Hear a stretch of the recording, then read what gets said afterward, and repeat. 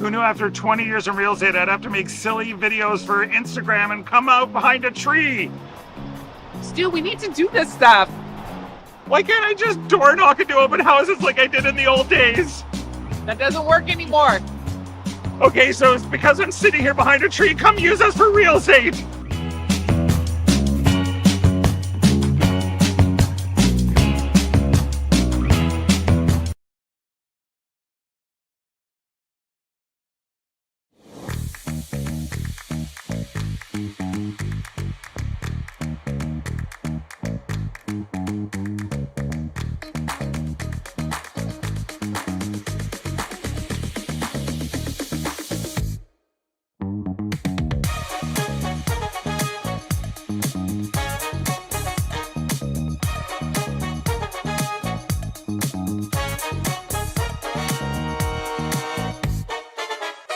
The rock faces around Lake Tahoe are legendary.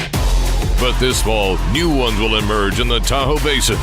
Homan, Moen, Gushu, and more. November 4th through 9th, the Grand Slam of Curling's first ever event in the U.S. is coming to Lake Tahoe, where the greatest rock stars on earth unite for 6 days of incredible curling, celebrity appearances, and après curl parties you won't want to miss. Get your tickets at theGrandSlamOfCurling.com. Let's rock! Hey, curling fans, I'm standing here in front of Sheet Stew here at the High Park Club, and I just want to let you know that I'm so excited to sponsor the sport of curling, to help curling out. So you can go to stewcurls.com, see all my events, see the Stew Sell series, but you know what? I also sell real estate as well. So you need to buy a house, list a house, condo, rental, business. Look.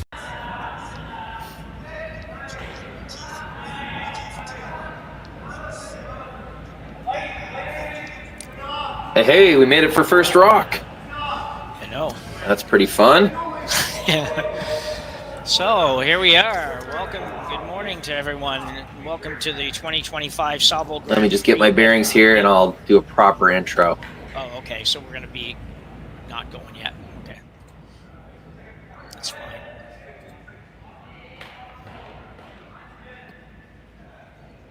All right, we've got on ice volume. We've got my beautiful voice. I think it's time to welcome everybody. Okay, let's try that again. Good morning and to the Saville Center. To the 2025 Saville Grand Prix Men's Spiel, coming to you live from the amazing Saville Community Sports Center here in Edmonton on the University of Alberta campus. My name's Jim Nix. I'm joined by Rory McCusker this morning, and we're going to bring you this one between who have we got? We've got Yamaguchi of Sapporo, Japan, and James Craik of Scotland. So an international affair this morning. Morning, Rory. Well, not hearing Rory, but we will get him here eventually.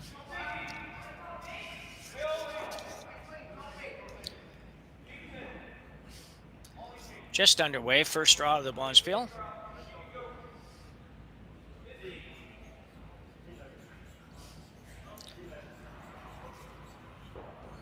Apologize for a little lack of prep on this one. I had picked the wrong game. I clicked the wrong room, and as a result, I'm just getting together here as to who's on what team here. So it's about the third time I think we've been at the Saville Center this year. It's an amazing facility, 10 sheets of ice, really, really good curling ice, lots of speed, lots of curl, and everybody enjoys being here. I think it's not quite year-round maybe, but it's pretty close to year-round facility. An intern come around here for Yamaguchi.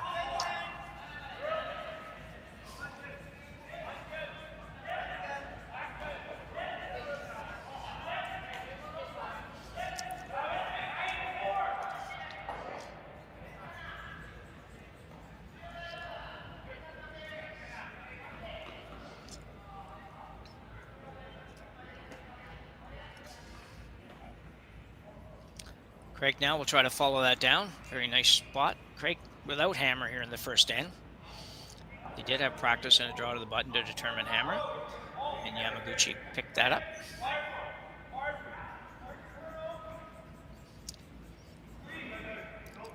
Craik been knocking on the door in Scotland, but it's a tough spot to come out of with a couple of really, really good teams. Probably 3 really, really good teams. They're probably ranked, I imagine, 4th on the list of teams out of Scotland, and they're pretty darn good. They played in a lot of slams. It's just hard to break them. Mowat and Ross White, and kind of combo at the top, and Cameron Bryce as well out of there. So it's just it's a battle. They may not have many more teams than that, but they certainly have good ones at the top end for sure.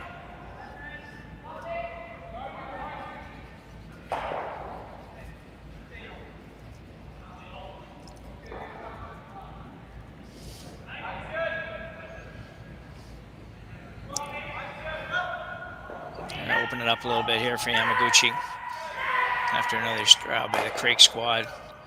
Open up, like to roll to the corner. He gets it over there pretty good on one of those tweeners.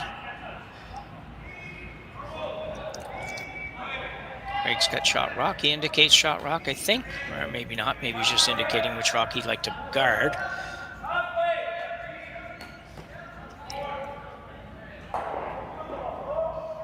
So he will try to guard the red rock, the one that could cause him the grief.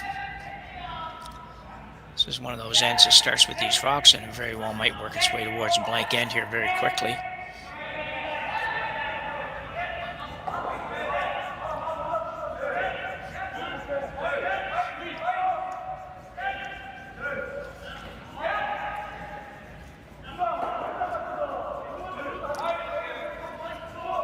Hard to get this over and need to get just about to the center line, and looks like they'll be in a good spot. Yamaguchi probably going to have to run that again, although it is over curling somewhat. He may make a play on the back one.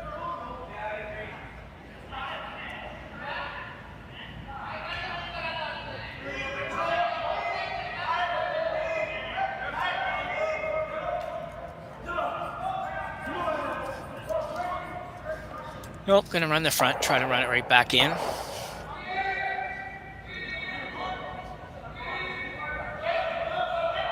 Trying to make contact with the rocks in the rings.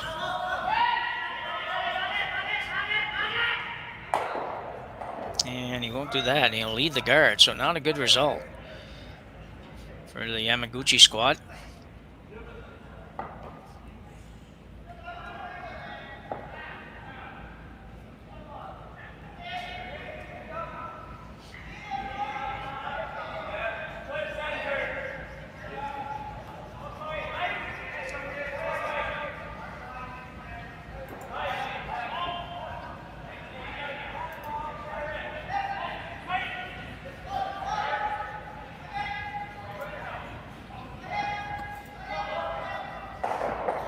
Hey, Jim, do you have Rory?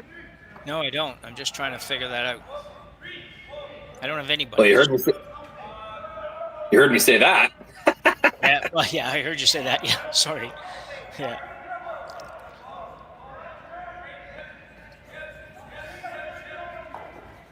You have video, Jim? I do, yeah. I'm Okay. talking way through here. I just didn't know if anybody was actually getting it or not. I gotcha. Well, I'm here, you're here. I'm seeing our voice bounce the levels up and down. I think we're good. Okay, sounds fine. I was just saying I had the wrong room in my, for some reason, looked at the wrong room. So I had totally wrong teams that I sort of did a little prep on. So I'm trying to figure it out as I go here. The Curling Stadium audience, this is one of the costs of free curling on YouTube. We need a few games to figure it out ourselves, don't we, Jim? Yeah, it's sometimes a little difficult, and you guys on your side, on the production side, and you do both, but on the production side, do a great job with working us through it, because a couple of our guys have a pretty good handle on that kind of stuff, and some of us, like myself, really have no idea and most of the time can't figure out anything other than just how to talk. So hopefully we do that okay. That's all you're paid to do, Jim. Yeah. So that's all right. Yeah. So get a little bit of a messy first stand here, Roy. It thought it might open up, but it hasn't opened up yet. And Gucci looking to move a little bit around here. He does have hammer here in the first end. Yeah, it was 3 perfectly made freezes in a row to start the end off. So there's 2 guards up front. Someone was light, so there's an overlap, and then 3 rocks perfectly frozen. So when that happens, it takes a while to move things around. Pretty good shot. I'm not sure that's. Yamaguchi. He made it really good. I'm not sure it's that good though. No, I don't know either. So I was just telling the audience, Jim, my mother and I last year at the Grand Slam of Curling, we were talking with James Craik, and we kind of figured out that there's a common ancestor, maybe a second cousin type deal between James and I. We have common family in the Edson region of Scotland. So This is my cousin James, my good old cousin. It's kind of an interesting team. Like I was talking when I was talking through there, and like I said, I don't know who was getting what, but I was saying that this team is it's a tough challenge for them coming out of Scotland, because even though there might not be 100 teams, the teams at the top out there are really darn good, and they just haven't trouble breaking through. They've been around a lot for the last 3-4 years, playing some slams. They played in New Glasgow when we held the last slam, and actually it was interesting because we'll watch this come in first. A really good looking shot. If he curls enough, quite get there, but I'll tell you what, it's not a real good situation for Yamaguchi either here. He's got some red ones in there pretty good against him. Hammer's going to have to work magic to make anything more than a single point here. But James Craik, they traveled over here, and what they did, and they probably did it in other areas as well, is they offered up their cottage in Scotland as a house trade, and our one of our chairs on our committee said, well, we'll do that. So they went to Scotland for a couple of weeks, actually hung out with James and his family and at the cottage, and in the meantime he moved. Dave Hawley's his name. He moved out of his house and James' team moved in. Kind of a neat idea. Wow. Yeah. So looking that's at excellent. Yellow back. What's that? No, that's excellent. That's a great story. Yeah. Ooh, just missed a sweep call on that a little bit. I think should have been on a little bit sooner. Might have been down a little bit from what he thought for weight. Yeah, some first end freshness there is what I would say. Yeah. Yamaguchi does throw third stones on this team. Rico Yanagisawa throws skips rocks.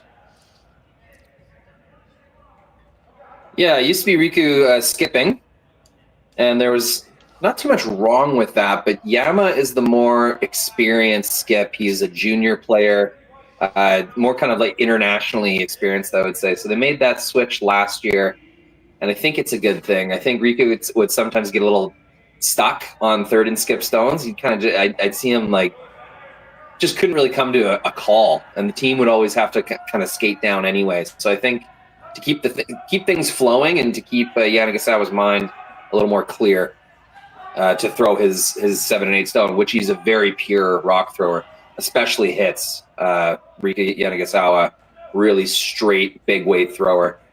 So I think it's just one of those things where to keep him more sharp and skilled at that, they put Yama in the house, and it's been working out for him. Okay.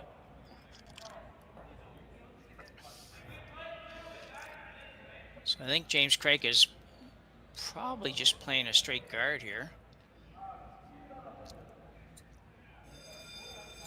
I believe we've got the hammers wrong here. Oh, No, my fault.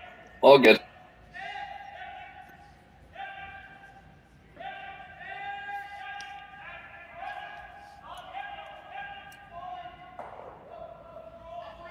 Geez, now I want a cabin in Scotland. Go golfing for a few weeks. Yeah. Well, it might work. They get a bonus really going your way, you might be able to work a deal.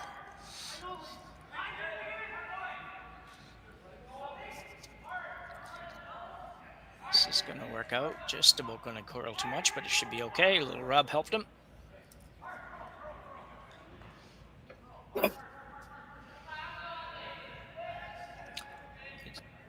Yamaguchi's still trying to figure out how to... I guess I'm not quite sure who shot rock here. I thought yellow was at first, but I'm not positive. It would seem like if it... Yeah.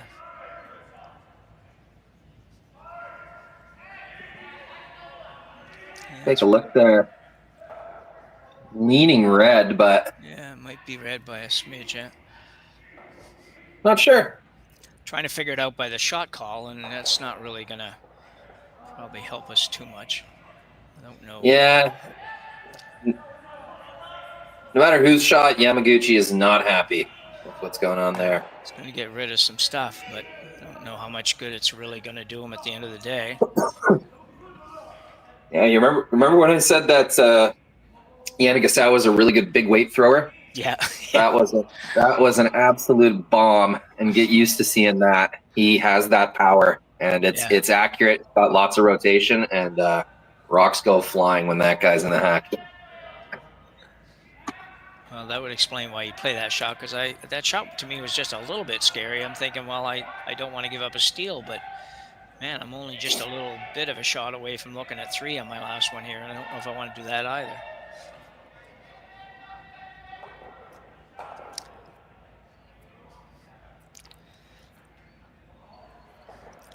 So a chance here to make this really tough for Yamaguchi to score. But you got to be a little careful with it.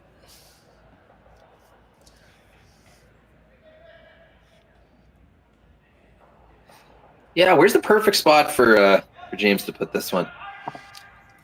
Well, I'm thinking ideally if you could just move your yellow just a little bit and still kind of overlap the 2 yellows a little, but I think the in-turn is going to be easier for Yamaguchi to get at and make something out of. I'm not sure it's there on the out-turn. If he's trying to move a rock, but I don't know. I think he's stuck with 1 here. I think he's going to be giving up 1 at the end of the day. It's a little on the light side, but yeah, it's one of those ones where Team Craik decided they're playing for a force, and they're happy with whoever's shot in there as long as it doesn't change. Steal, force, it's all good to them. yeah, this is pretty tough. These guys look like it's not that hard, but it looks pretty hard to me here to come out of this with a good situation. I think you got to be a little careful here, Rory. I don't know. It looks like things may not hit the right way for you here, and you could find yourself worse than just a 1 if you get too aggressive.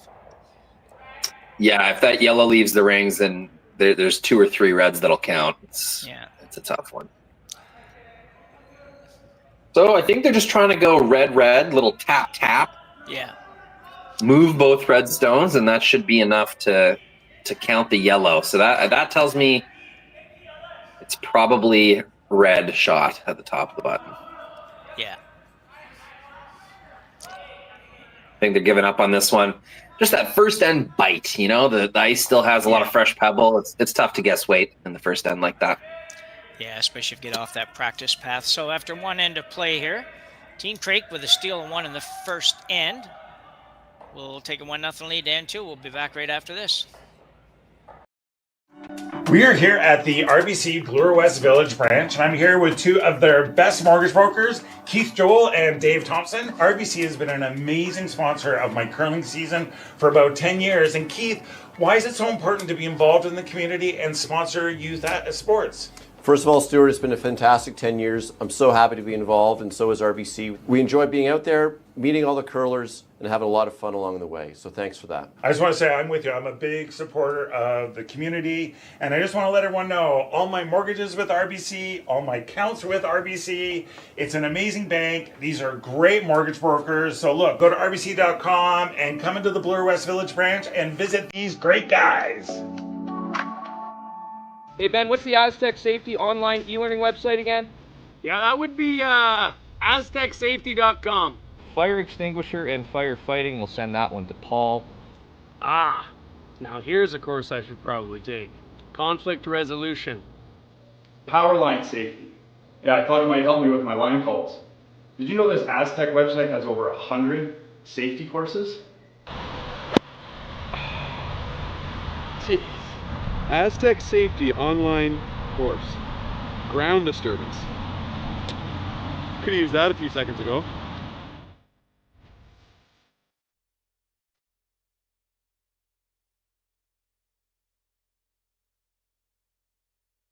Live curling rocks. And this November, the best in the world are coming to Tahoe. Get your seats now at gsoctickets.com. But hurry, early bird pricing ends soon.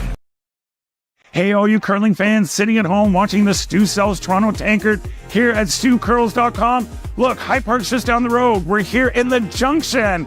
If you bring the map card with you, come to Caribou Gifts and start your Christmas shopping early and get some great gifts for the family. So back for end number 2. We're at the Saville Community Sports Center here in Edmonton for the Saville Grand Prix men's side of things. We have 20 teams playing for the championship here, and although they haven't posted a score yet, that's an interesting picture. Posted a score yet. We do know that Craik stole one in the first end.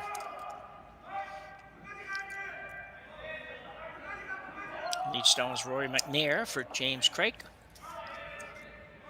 Holy crap. What did I do? I don't know, we had that picture a second ago too for a second, but it looks like the portrait part. If you're taking a picture, it would be a portrait, but... What the heck is that? Okay. Oh, it's gone. Looked like we were broadcasting from Venus for a second there, but... Yeah, just had a little 10% power outage or something. Anyway. Oh, what's... So after a lot of rocks were playing that first end, Rory, we ended up with just a single point. You see that quite often, actually, but when you get a lot of rocks around, quite often it ends up just being a single. That is true. When a lot of shots are made, it ends up being a single. Yeah. That's for sure. Pretty strong start for both teams.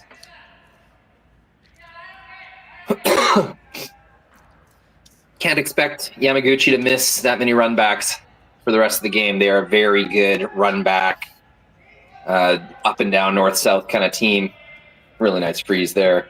Yeah, nice draw there for Tsuyoshi Yamaguchi. He's a very exciting player out of the Japanese program. Kind of came on the scene 4 or 5 years ago. Yeah, is known as a hitting second. Deals with guards very well, but yeah, is refining all sorts of parts of his game, getting a lot of international experience as well. Yeah, look out for him.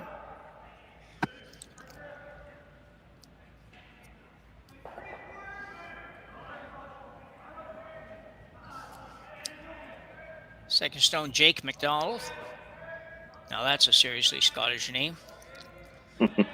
I'm in Scottish country down where I live here. It's pretty much originally was a Scottish ship that landed here with the original persons coming over. So ship Hector. So it's very much a lot of McDonald's down here and a lot of McDonald's too. And you better get it right when you say it. One's Scottish, one's English, and they don't really like to be mixed up. I learned that. It took me a few years, but I learned that. Oh, that's fun. Yeah. Yeah, just looking at this. Probably going to open this up, I think, but trying to decide here.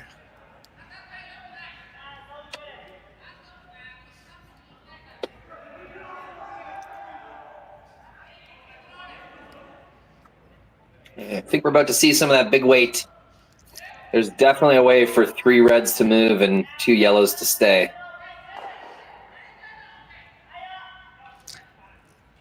So Satoshi Koizumi, I'm not quite sure how to say that one. I'll have to look that up. Showing just a kind of just soft takeout weight or takeout weight. What's with that? I guess they want to leave their shooter. Yeah, I'm thinking up front somewhere. They were going for the yellow red. I'm confused, Jim. Yeah. Not totally sure either. I thought maybe he was trying to go, I don't know why you would try to go red, actually, I thought maybe, but... There wasn't enough weight for that. And no, I know. Once they're on the guard, the sweepings gave up. They weren't trying to go yellow, red, yellow. Couldn't have done that. That wouldn't make any sense. Especially with that weight, you're just going to leave it all there guarded, and it's not going to be you.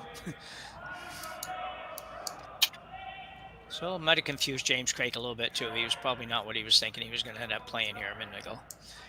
We always said, try to plan a little bit ahead in your mind as to where it's going to go, but not sure he would have expected him to play that particular shot. But anyway, Craik looking at throwing up a guard again. Figured it worked pretty good the first end. Give it another go this end.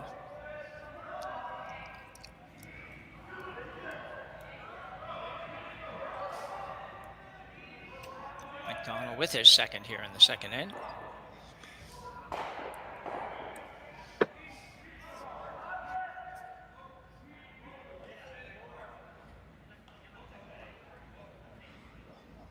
Definitely don't want this too deep. Kind of higher the better. Yeah. It's going to be an okay angle for him, but those are easy to hit and rearrange now. Not sure they quite have the angle to get the red going again. You'd have to get the top one pretty thin. And Yama, you can see by his calls, he wants to try and score here. He's not trying to blank the second end. No. This could be here. I'm not sure if he's even trying to make that, but yeah, right. Difficult, but it's possibly there, especially with the weight that this guy can throw.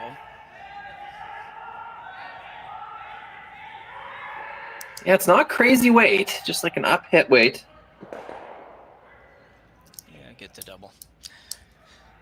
He won't be unhappy with that. That's probably what plan A was anyway, so. Yeah, it leaves the tight guard. That seemed to be part of the plan. Yeah.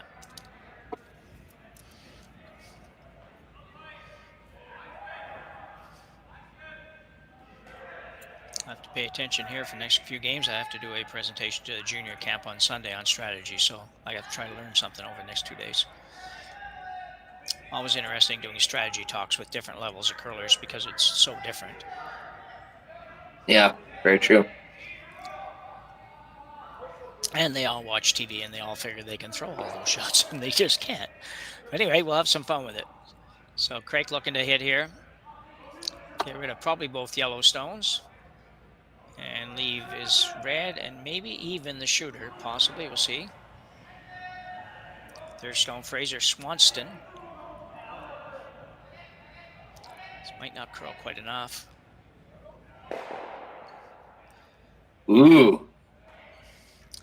Yeah, not the best throw, I don't think. I think he got a little wide on it, and that combined with the weight just took away the double, which was not very difficult, to be honest. Just a pretty much straight nose hit double. Absolutely. I'm confused at the weight choice there.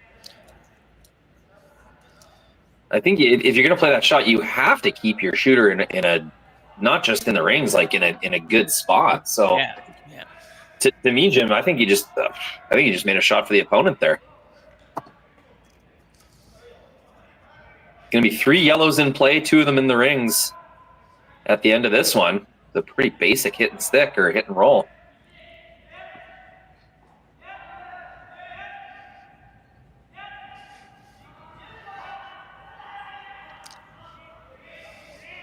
Yamaguchi, he's going back to the old hairstyle. I saw a picture of him in junior at the Kelowna Curling Club when I was there last year. He had the exact same blonde streak in his hair.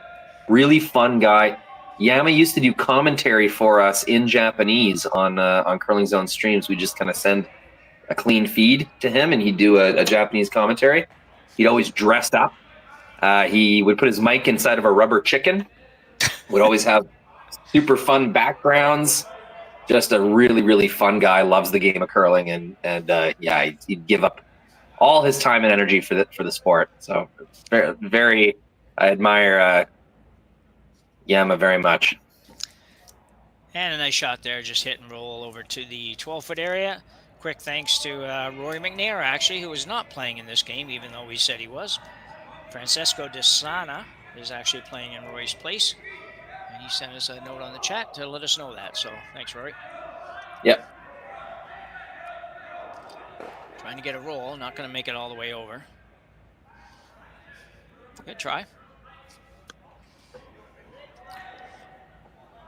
The one good thing you got going for Craik is you can see all of that top yellow. So there's going to be a double in play if Yama kind of stays in the forefoot at all. He's going to have to keep rolling that to the wing. Try and maintain the deuce. But, you know, if the basic shots are made, this is going to be 2 points for Yamaguchi. So James Craik's going to need either a double or a really nice long hit and roll. Yeah. Well, there, speeding through this game, Jim, just getting in the hack and throwing before I can even switch the camera, which we like to see. Yes, Pace of play. We do like that. very often, so it's nice, yeah. So trying to roll a little bit to the wings here. I'm trying to make sure he doesn't roll out. And he won't. Very nicely done. Not that easy to roll only towards the outside, and you only want to roll 2 feet, not 3 feet sort of thing. Agreed. Yeah, that's a skill that's been really refined in curling is the down weight hits. It's a skill out of necessity. I mean, the rocks are so much more lively than they used to be. The ice is so much keener. You know, making hit and rolls with normal weight got tougher and tougher as the game changed. So it's a necessary skill now, throwing down weight hits, controlling them with sweeping. And that's how you're going to gain your positioning in the rings now.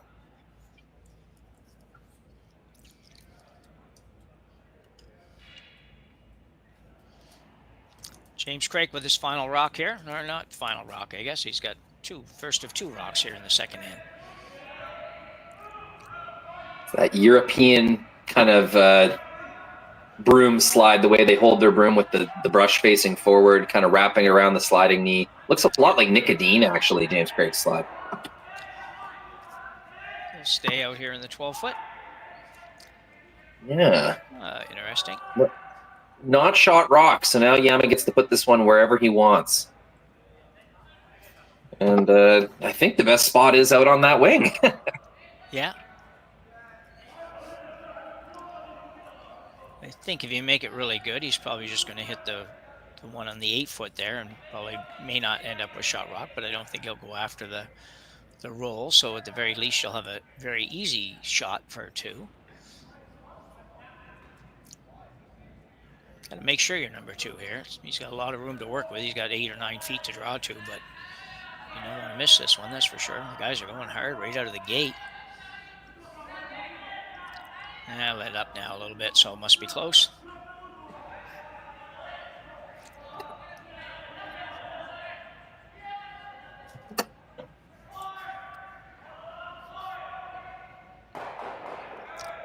Very nice draw for second end here for Yamaguchi. Craig's looking to maybe make the double and roll. It did curl far enough, the yellow went far enough that it made this shot still possible.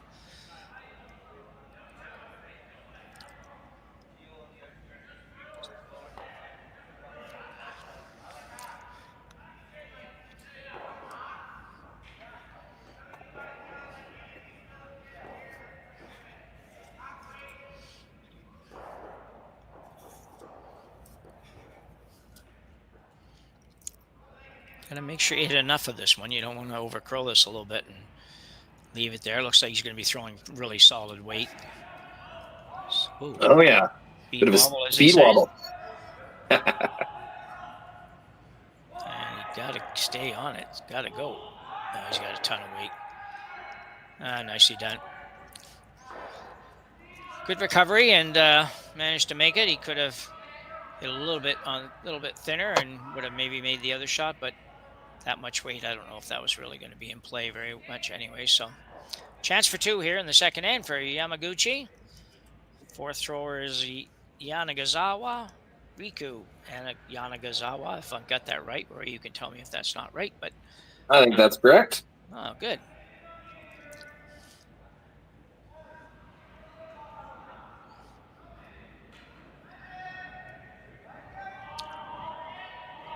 Nice, pretty smooth. Everybody's smooth these days, but still pretty smooth. Trying to make it move a little bit.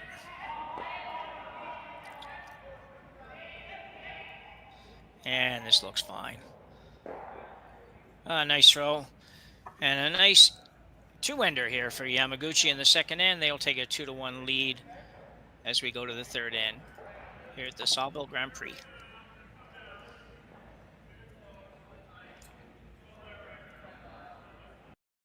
Developed over a decade in collaboration with the finest ice makers this side of the Atlantic, the Pebblehead PB5 is nothing short of a triumph of sophistication and craftsmanship.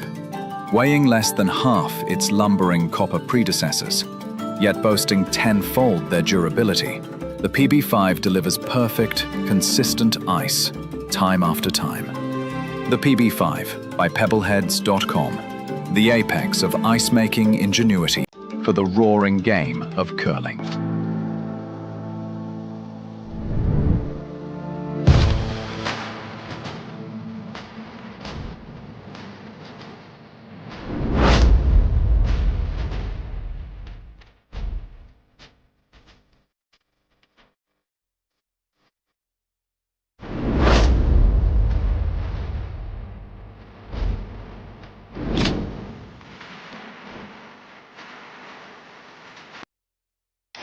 The 2025-2026 Grand Slam of Curling schedule is out, with big events happening all over Canada, like the Masters heading to London in September, the Tour Challenge from Nisku this October, the Canadian Open from Saskatoon in December, and the Players' Championship from Steinbach coming in January.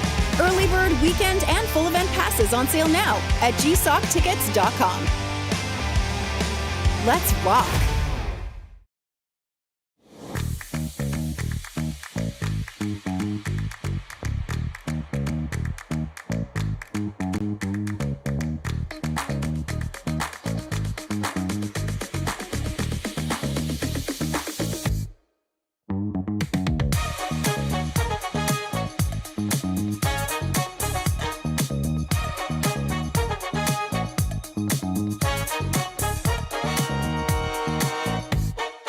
Shut down probably for the year. We're back after 2 ends of play. Yamaguchi from Sapporo, Japan, leading James Craik out of Scotland 2-1.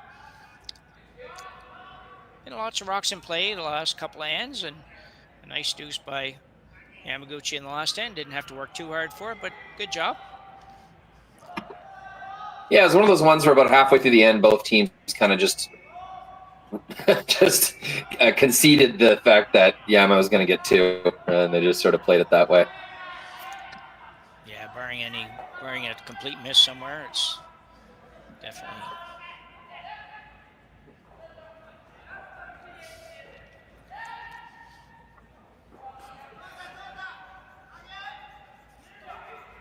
Oh, very nice draw here. Leadstone Takura Yamamoto.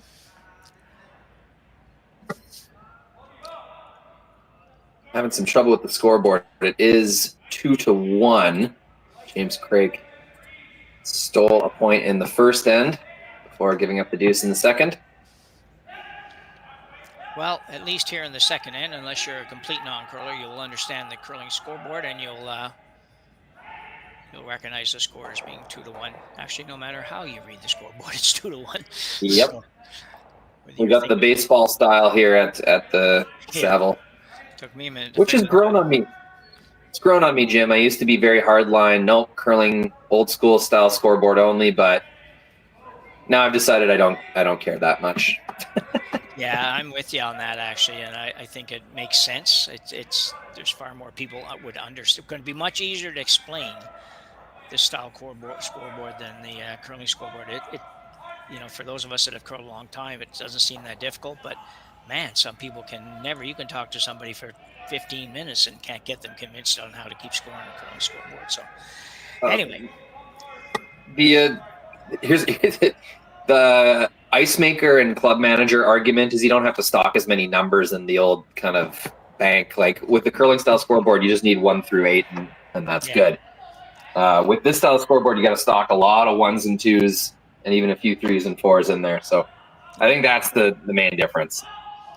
Easier to maintain is the old school style.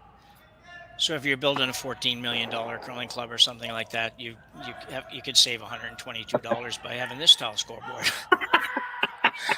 Anyway, I mean, for a lot of these small town clubs, $144, that's a make or break amount of money. Listen, I know. Anyway, very nice shot there by the Yamaguchi squad. A little raised takeout on their own stop. James Craik now forced to run this front one back. He could get them all here if he wanted to get them all. Probably would like to keep this rock around, though, so he might not want to completely go for that. Yeah, some Canadian teams would draw around this, but when you're playing Scottish curlers, they see 2 rocks down the middle with none of theirs behind it. Those things are going away, guaranteed.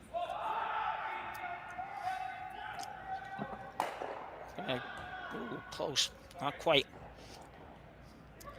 Good effort from Jack McDonald there. Just need to come up another hair, another inch probably.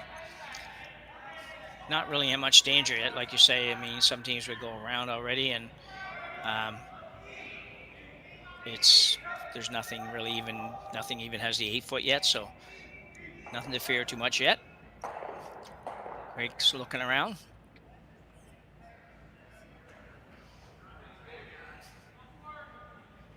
Not too many 20-team bonspils in the country. You can have everybody play in every draw if you want.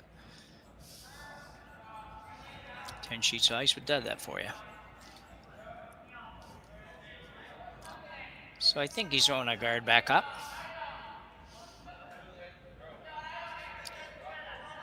Not really trying to, not terribly excited about guarding that one in the 12 foot, but would like to be over in that region at least. Give him sort of a staggered guard effect to draw around if he gets the opportunity. Craik probably looking at the same thing again. Same idea. It's just a little thicker. He does have a corner to work with now if he can ever get over there to use it.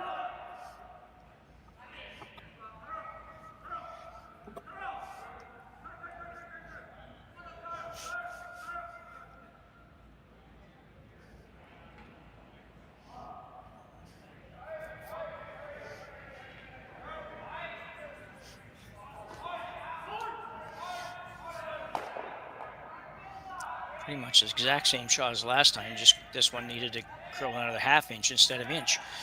So, yeah, frustrating. So another correction. Well, I'll tell you what, we have a sharp group in the chat today. Found out that Team Yamaguchi is not from Sapporo, despite the notes that we have that say different than that. This person, Everlasting, whoever that is, tells me they're from Karuizawa, Karuizawa in Japan. So yes, that is the curling mecca of Japan. Those of you making notes, keeping score, you can change that up. But we do thank the chat for participating like that. We really appreciate it. This game's bright and early morning, and for those of you overseas, probably not. It's probably more like early evening, or mid-evening. But thank you all for joining, and don't forget to like and subscribe to the channel here for Curling Stadium. Helps us bring you these events all through the year. We're excited to do it, but it makes it even better if we have lots of people watching and subscribing. Yeah, absolutely. Karuizawa for Yamaguchi. And he'll do that. So looking to just try to force Craik to take one here. He's got a long ways to go to make that happen, though, Rory. He's still got 4 stones to go. Just looking at the curling zone page right now, we've got 3. Probably only be number 3, but you might be able to bury it in there.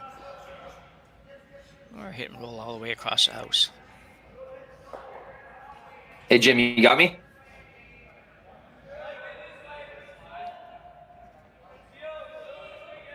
Test. Yeah. So Craik looking for probably trying to make the double here. Get a little roll towards the other.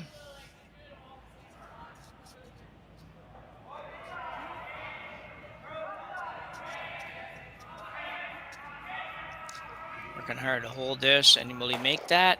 Not quite. Boy, they've had 3 rocks in this end that were only a ½ an inch each away from being perfect.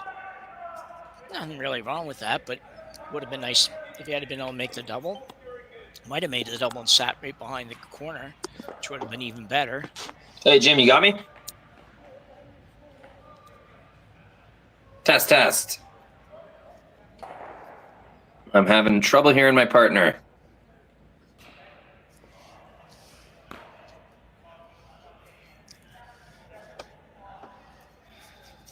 Thanks, Matt. A little bit. He might got a text from Matty Ring. The audience can hear me. Confirmed. When we do these Appreciate that, buddy. He's a busy dude.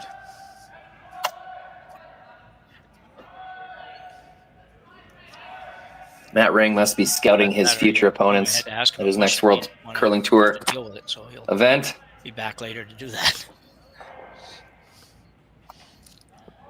So Yamaguchi now playing the out-turn draw, just somewhere in the 8 foot over here. Trying to take a little bit of the corner away, it looks like, which might not really matter, but it's got to curl long ways.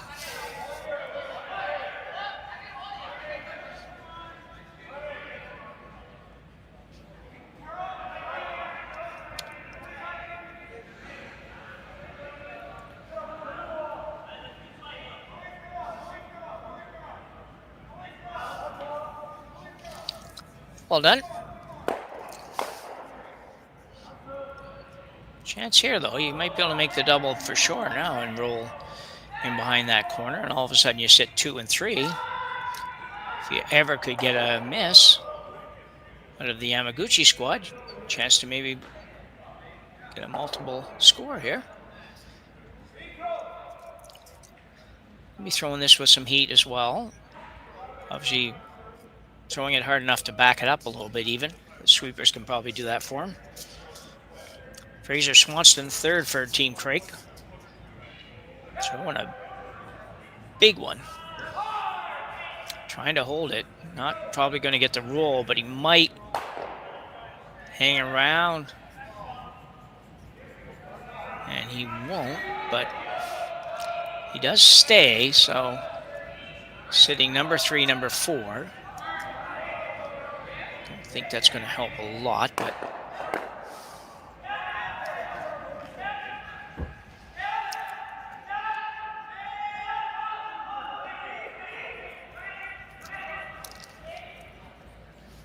into skip stones here.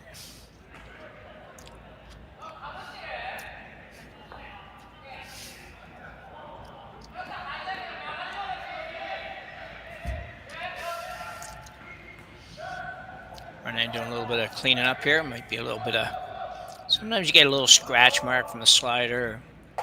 Sometimes even a little bit of a mark from a broom if you're sliding that area. Just trying to clean it up, make sure nothing happens to this one early. Going after the back one here. This is Karuizawa. Gonna have to work pretty hard. You don't want to touch that front one. No, he's gonna be fine. Nicely done. Yamaguchi squad has really not missed much so far. Hey, Jim, you got me now? So, Ray, I don't know if you're hearing me, but I'm not hearing you if you're talking at all. Obviously, you would have figured that out by now.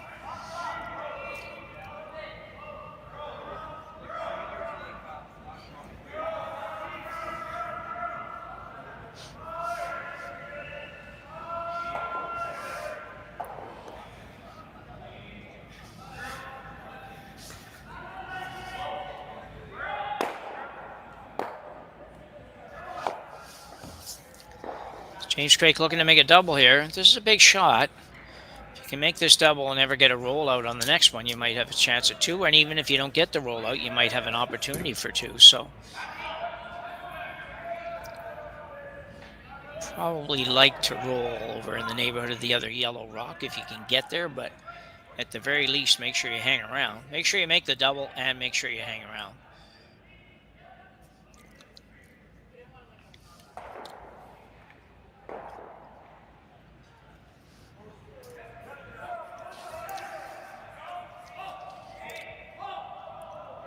This must be close.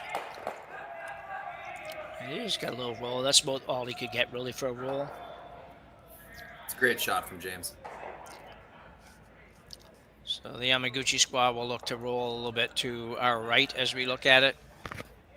Doesn't have to roll very far. The double really, even if he sat right there, it's available, but you probably don't stay if you make it. So I think just a foot would be perfect. Probably enough that he can't really afford to go for that roll, or go for that double rather. Doesn't want to take a chance of going down 3-1.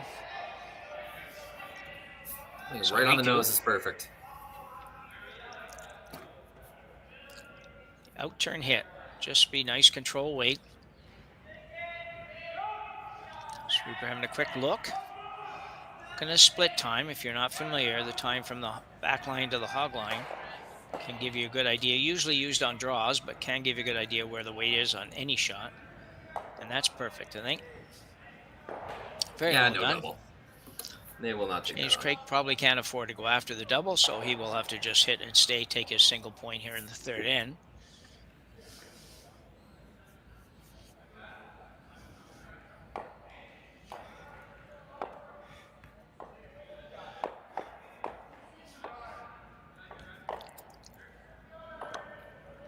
An enjoyable game to watch so far. Hasn't been very many misses, and they're also, the ones we have had have been just marginal and probably half shots, if anything. Of course, they're just discussing the ice a little bit. I think amongst them, they decided that James should take a little tiny bit less.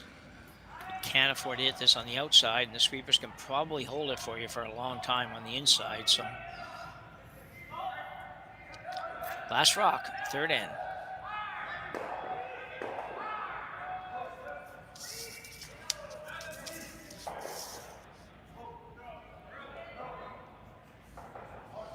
It's got to curl. Got to curl a little more. They might not have moved it in far enough, and not a good shot for James Craik, as he will give up a single here. Yamaguchi will take a 3-1 lead after 3 ends of play. Here at the 2025 Saville Grand Prix, brought to you on Curling Stadium. We'll be back right after the break.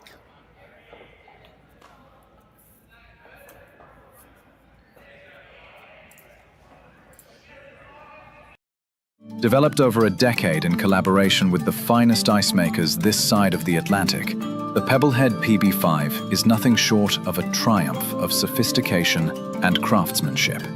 Weighing less than half its lumbering copper predecessors, yet boasting tenfold their durability, the PB5 delivers perfect, consistent ice, time after time.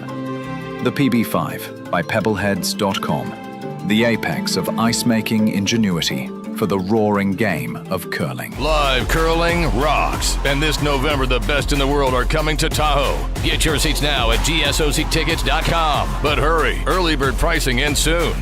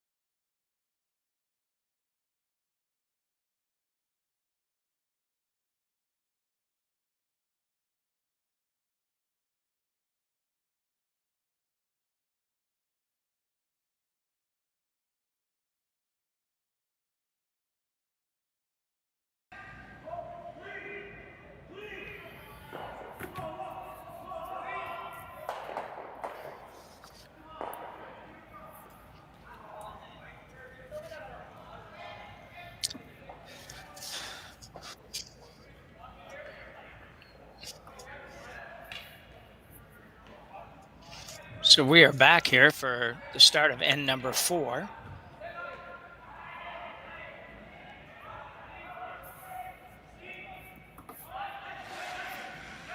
James Craik gave up a steal of 1 in the last end, so Yamaguchi actually leads 3-1 after 3 ends of play here at the Saville Center.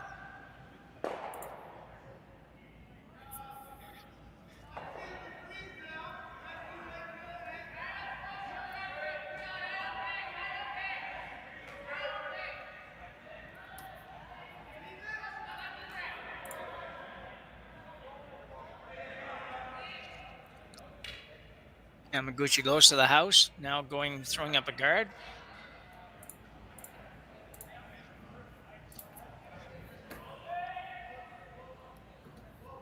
Apologies if you're not getting this clearly. Having a little bit of technical trouble here. So very nice draw and a very nice guard for the Yamaguchi squad. Craik now with a corner guard. Going to look to come down. Corner freeze the rock in the 4-foot.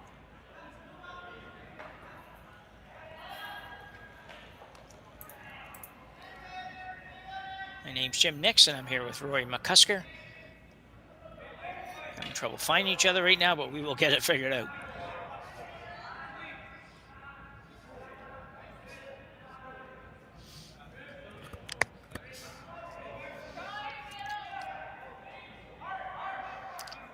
This looks pretty good. Just needs to curl a little bit more. He might come right around everything now if he can.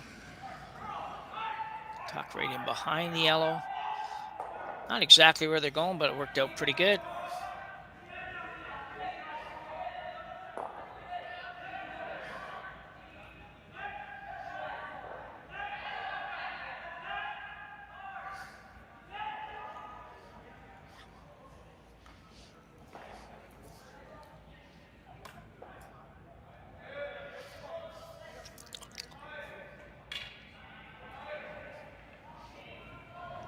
So Craik now with shot rock. Going to be interesting where they go with this one.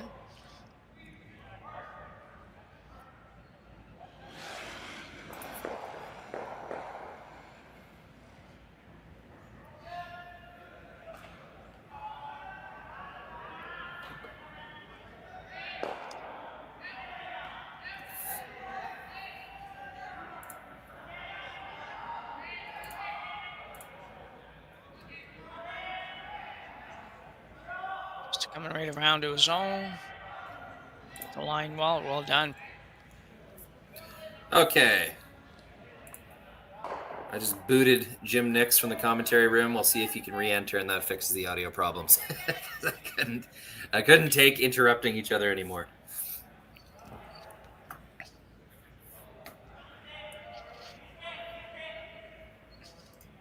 Hey, Jim, you back? You got me?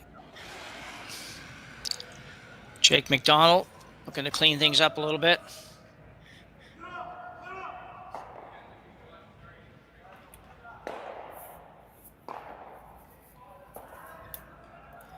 Jim, do you hear me?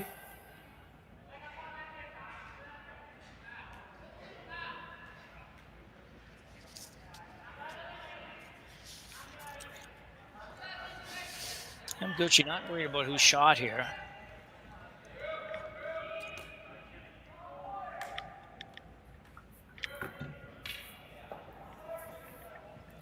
Oh, little camera freeze.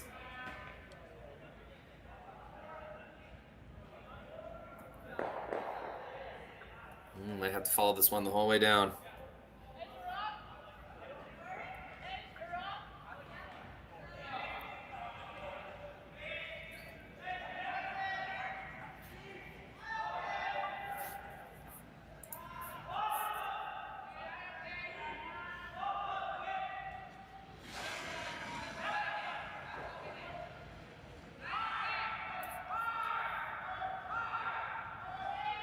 Ice has settled in really nice. Fourth end, fully broken down, but still holding up.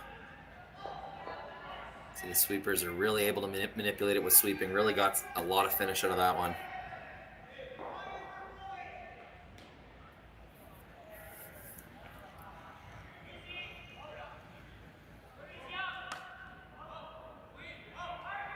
Kind of a tough look for James here. He knows he needs points. Got to score in the fourth end here. So blowing things up comes at a cost. There's not as much stuff to use.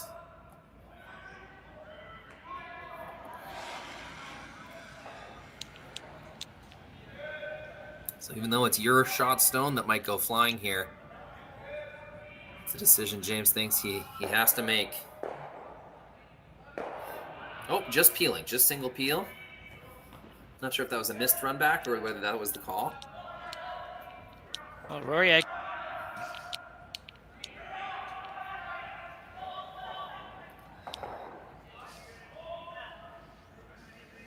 Jim and I having trouble hearing each other. Yeah, I don't know really what happened there. I didn't really touch anything, mostly because I'm usually afraid of touching anything. But, but we didn't have each other, and I don't have a feed on the YouTube on my end either. If that matters, Roy, I don't know if everybody else is getting it. I just have a black screen. On YouTube or on the video room, Jim? On YouTube, the link from our, like right from Curling Zone. Anyway, Like I'll our try to- commentary room? There's no video in your commentary room? No, I don't have any video in there, no. Okay, I do. But now you can hear me. I can hear you, yep. Yeah. And I That's can a bad see trade, everything though. nice on the laptop. I just don't have anything coming through on YouTube on the other machine. So anyway, for now, we have Yamaguchi with a couple of rocks in the house. Second, third shot, and a guard up. James Craik looking to open things up.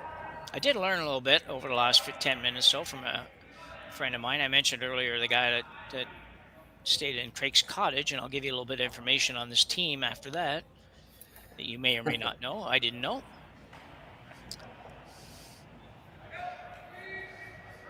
So Jim, sorry, like you can see the game on YouTube, but you cannot see it in the commentary room. No, sorry, I said that probably backwards. I can see it. Just picked his own rock out. I can see it on our normal broadcast. Gotcha. I can see it fine, and I can hear you fine. Just when I look at my iPad, which is beside me, I don't have a visual of the game at all. It's just a black screen. So Jim, can you or can't you see now. the game that we're commentating right now? I can see it everywhere. Okay. Yeah. Okay. Sorry about that. No, don't worry about it. It's first game for us too. Yeah. We had to get everything translated. Jerry had a lot of work over the week getting cameras out of the Stu cells in Toronto, getting everything set up for Edmonton here. It's a lot of behind the scenes work. James Gordon, Jerry Gertz, John Benton, Curling Stadium and Stadium Sports Network crew. So it's the first game for us as well. So it takes a little bit to get everything perfect. Yeah, you don't realize how much it takes even for us to do this. It's a lot more than I would even think. I know last weekend we had as many as 15 games broadcast at the same time, so no surprise there was a bunch to do. So got the guard going up from Yamaguchi after Craik's just managed to take their own rock right off the button, and I would say now is in a bit of trouble for sure. Yeah, it's a good sign when you're up without hammer and you keep throwing guards. Usually a pretty good sign. Yeah. Unless, of course, you're desperately guarding for your life, but this is not one of those. No.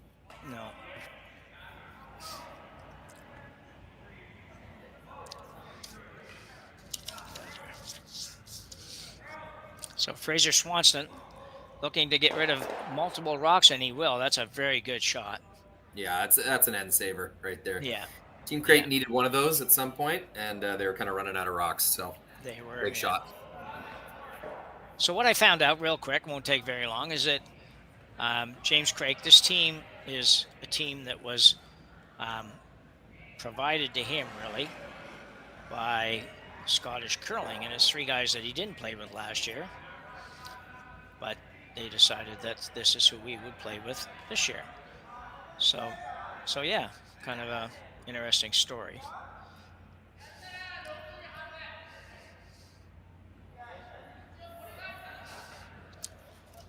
And the three guys he played with last year now play with Waddell, I think, out of Scotland. So thanks for that info, David. Yeah.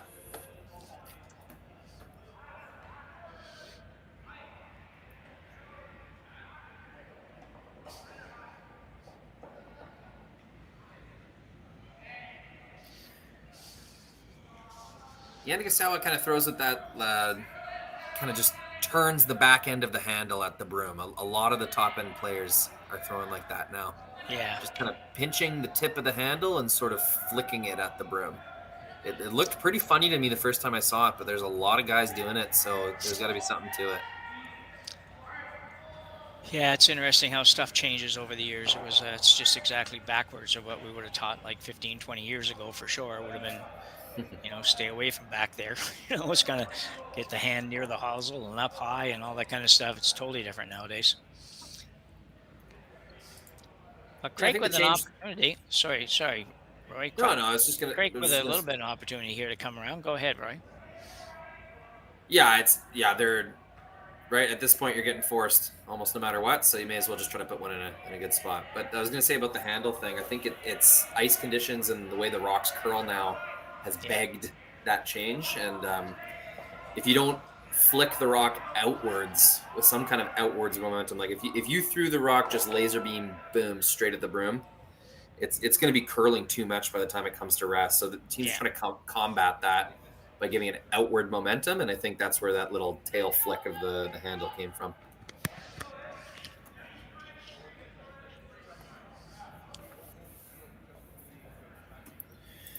Yeah, we do have an active chat today. Love that. Yep. I was going to say before we got disconnected, Jim, Japanese curling fans have a lot to choose from today. Curling Stadium producing 3 Japanese teams, 2 at the Saville here and 1 at the Autumn Gold Classic. So, blessed with choice. Yeah, it's not uncommon now to see bonspiels with 3 or 4 teams from Japan or 3 or 4 teams from Korea, particularly on the ladies' side in Korea. Not that uncommon to see that many teams playing in one or, like you say, 2 events. That's pretty neat. Got to work hard here. This is pretty good if they can get it. I guess they don't have to work hard. Don't want to open it up the other side. It's going to overcurl, I think. That just went crazy, Jim. That was going sideways. Yeah, too bad. It looked really good until that last, 3 feet or so. Pretty open here. Probably about, probably 2/3 open.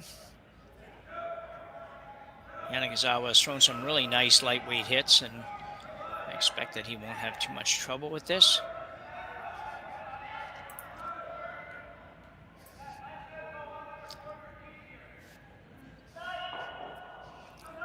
Good news for Craik, though. If he does have to draw on the next one, he just has to throw the exact same shot. Or same weight, I guess. Probably a little more ice. But... So the intern hit here for Team Yamaguchi. Working just steady clean, heavy clean, whatever you want to call it. And he will get it right on the nose, probably try to flop a little bit. No, just stay right there. So James Craik now will have to just draw a little slightly better than full 8 foot. He'll shoot for the button. It's never a bad thing if you're going to play a shot like this. If you're a young team or something, make that effort to put it on the button without hurting yourself. It's yeah, you're trying to show your skip. You have button weight in the back of your pocket if we ever need it. That's kind of what you're trying to do there. Exactly.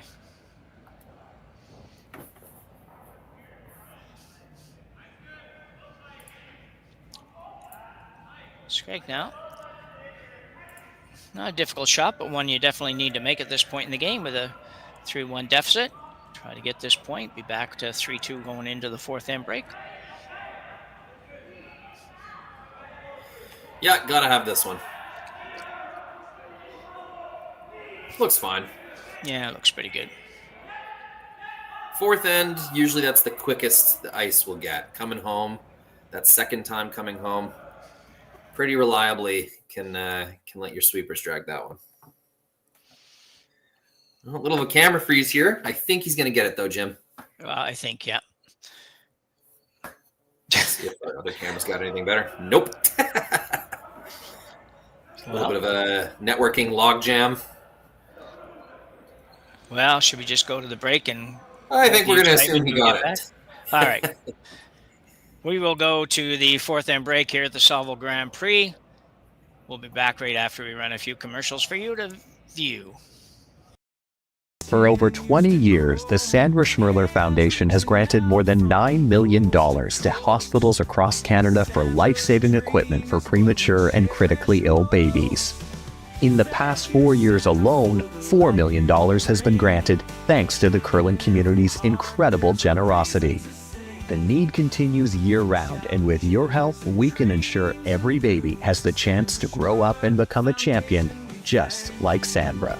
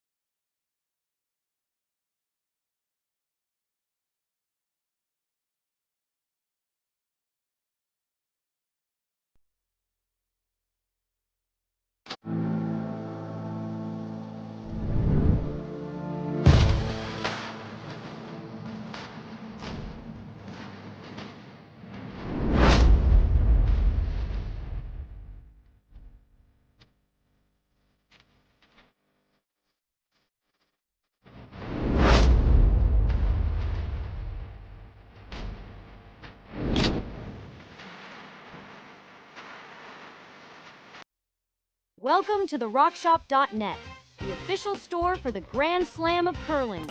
Whether you're looking for the best hats, stylish clothing, fun toys, or unique accessories, the Rock Shop has it all. Shop online anytime at the RockShop.net for exclusive Grand Slam of curling gear, or come see us in person at your next event. The RockShop.net, where fans find their favorite curling gear. So we're back, but the break's still ongoing.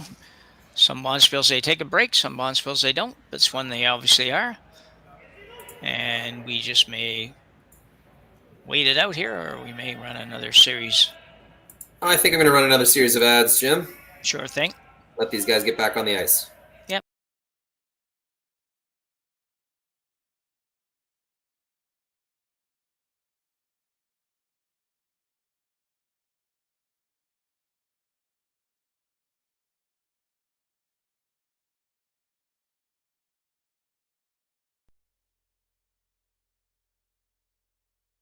Hey Ben, what's the Aztec Safety online e-learning website again? Yeah, that would be aztecsafety.com. Fire extinguisher and firefighting, we'll send that one to Paul. Now here's a course I should probably take. Conflict resolution. Power line safety. Yeah, I thought it might help me with my line calls. Did you know this Aztec website has over 100 safety courses? Jeez. Aztec Safety online course. Ground disturbance. Could have used that a few seconds ago.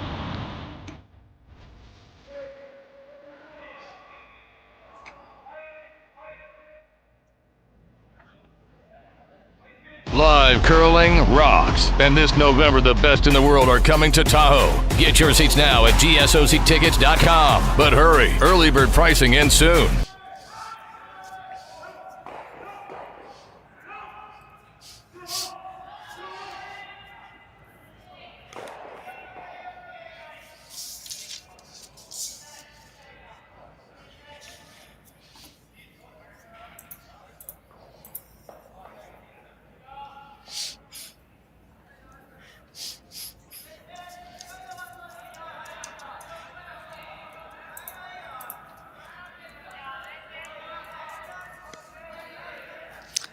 So halfway through opening draw action here at the Saville Grand Prix men's spiel at the Saville Community Sports Center here in Edmonton, Alberta, on the campus of the University of Alberta. We have James Craik versus Yamaguchi. Jim Nix with Rory McCusker bringing you this one. Nice tight score. I don't know for sure that Yamaguchi hasn't controlled this game pretty much so far, Rory, but it is close. Yeah, it's been down kind of the second stones and into third stones has been advantage Yama for sure. Craik has had the tougher shots. Other than that first end, it has been Team Craik chasing. Yeah, and as you mentioned earlier, and it continues so far, though, the game moving along at a nice pace, which is great for us and good for you, the viewer, too. It's we are slightly over an hour, but not too much over an hour for four ends, so that's kind of nice. Go ahead. Real quick, just a beautiful carve sweep to get that kind of light guard onto the center line. So getting that over the hog line and dragging it to the center line was a pretty skilled sweep there. Well done. Well done. Thinking of something other than sweeping, Roy, just a quick question on the plentiful discussion happening around blank ends these days and what to do about them and how many to have. And I know the Grand Slam coming up is going to try something a little different. Not sure how successful that will be, but what are your thoughts on that? The blank end rule. Yeah. I detest it. I think it's brutal. I don't know. It seems like a gimmick to me. They tried that before, where you could only blank one end in a row, I think is what they did at the end of last year. And all that did was just create like really boring, ugly force scenarios. Like teams would just play, it makes the force easier. Like I think what they thought it would do is make teams play hyper aggressive and try to convert a bunch with hammer, but they're forgetting that giving up a steal is the number one thing they're trying to avoid. So that's goal number one in any end, unless you're down 3 or 4 or more. Yeah. So I don't think it was very well calculated, because it actually made the ends more boring, Jim.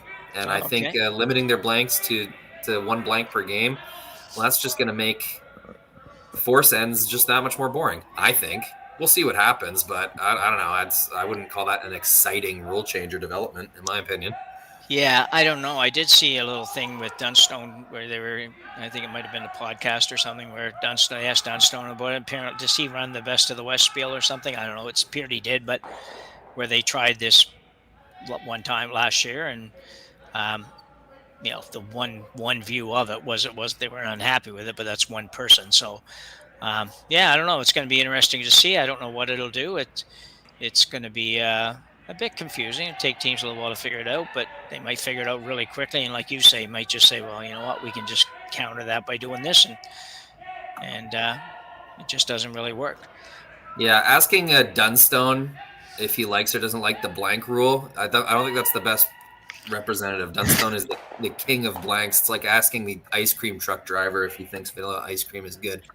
Yeah, now it was interesting. I will give him credit because it was interesting, though, Rory. At least what I saw, the little clip I saw, was he wasn't that way. Like, he was very much in favor of something that would minimize the breaks, or the blanks rather. So sure, that was kind of interesting. I would have expected perhaps he'd be the other way too. But again, that was only I probably saw 45 seconds little chat on it or something, and that's all I've seen. So. Well, when you, if he's being honest, right? Like that's one thing. Like he could, like I could be right, and he blanks a lot of ends, or like they're really good at playing blank ends. But maybe that's why he recognizes that they're too good. Like, for example, there's a curling video game I play on my phone, and it's called Fly or Die Curling. There's a link on the Curling Zone webpage. It's really fun. If anyone wants to play kind of curling video game on their phone, check it out. The link is on the Curling Zone page. Anyways, they have not implemented the no tick rule yet in that game. And I am just wrecking people, ticking their center guards left, right, and center. If I have hammer, I'm ticking the shit out of their guards. Yeah. And I'm winning a lot doing that.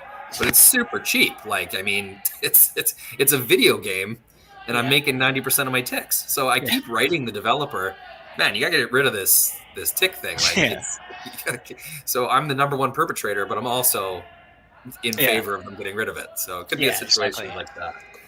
Yeah.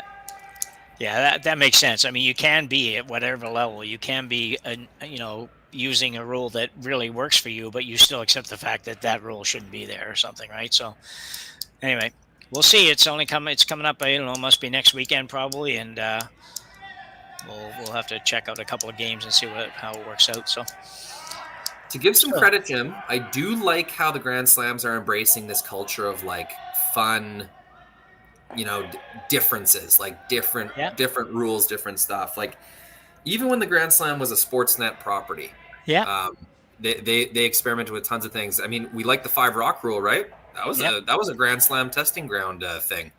Yeah. Where for a full season before World Curling adopted 5 rock rule, the Grand Slams were 5 rock rule. And so that was a nice little petri dish, and everyone was able to see, hey, this is creating some really fun ends. Yeah. And then it was adopted. There were some misses as well from the Grand Slam.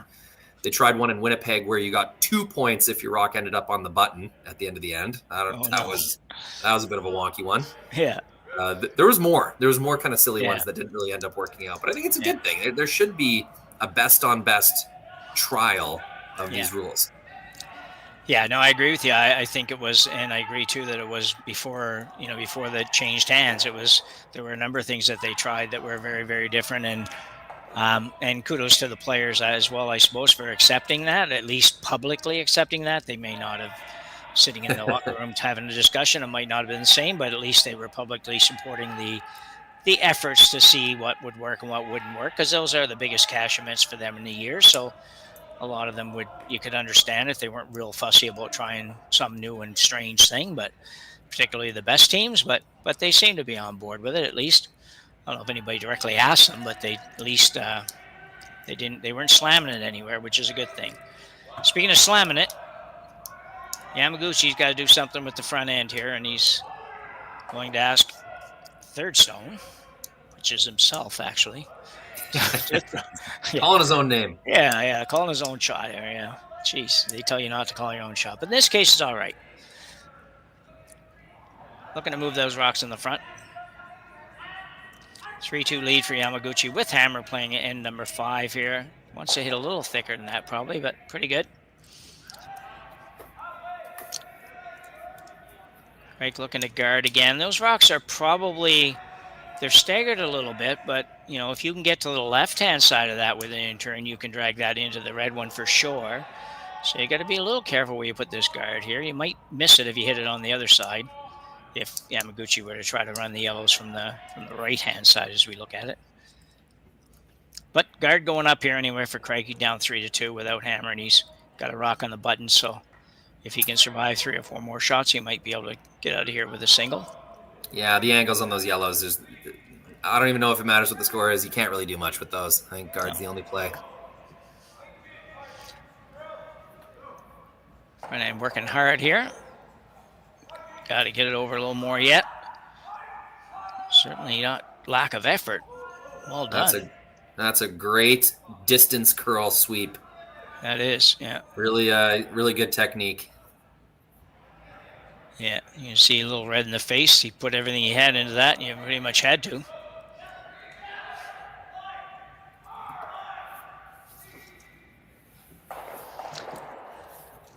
So Yamaguchi will look to run this. I don't know if this is going to be a straight peel, if he's going to try to run into that pile. I'm thinking he's going to run into that pile.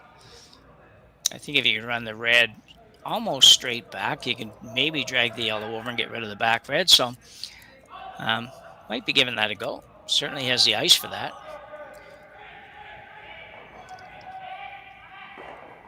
Not massive weight. Got to curl though a lot if he's going to make any contact with the back one. No, blows it right by. Sorry, shoot. Bad camera work there from me, but it's all right. Blows it right by.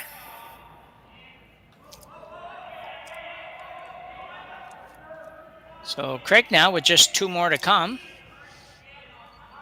So far, so good.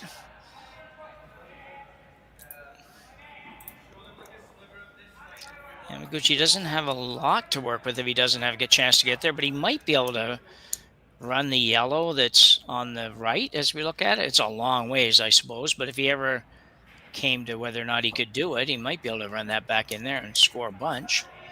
Yeah, I don't know if it's there to stick, but you can see a bit of the red for sure. That overlap on those yellows is troublesome for Yamaguchi. If only they were touching, you'd definitely be able to drag it back. I'm not sure that back yellow touches the red anymore, though, with that if there is a drag effect. All right. I don't know if we'll get to look at it, but my nickel would be you can do it, so. Not going any higher than that, but I can go to the nickel. So intern guard coming for James Craik. Boys did a good job of getting that last one in the right spot. Got to be careful. This one might over curl. No, he's light enough. He's okay. And should be pretty good. Right about there is perfect. Nicely done. Man, his rock's just that last foot or foot and a half just definitely turned 90 degrees. So worked out okay, but Yamaguchi now asking 4th rock thrower Karuizawa to maybe come down, touch the top yellow, split the top yellow in your shooter, and maybe move the back yellow up a little bit. And if nothing else, you'd certainly open up maybe some other opportunities to get rid of shot rock. Now, James Craik will have something to say about that too, but no, looks like he's going to go with the peel again. And you can see where he's trying to hit it. Just a little bit on the left side. Has to hit it there to get rid of it. To get rid of the double, never mind the back rock.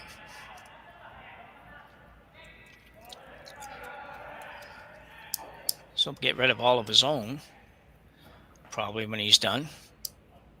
Yeah, it's kind of a risk-free play because, I mean, getting rid of this guard is almost good enough. Just making things move in the house is a bit of a bonus. So free crack. Yeah. Out-turn peel / run back. It's going to be close to doing what he wanted to do. Is it good enough? Whoa. Oh, yeah.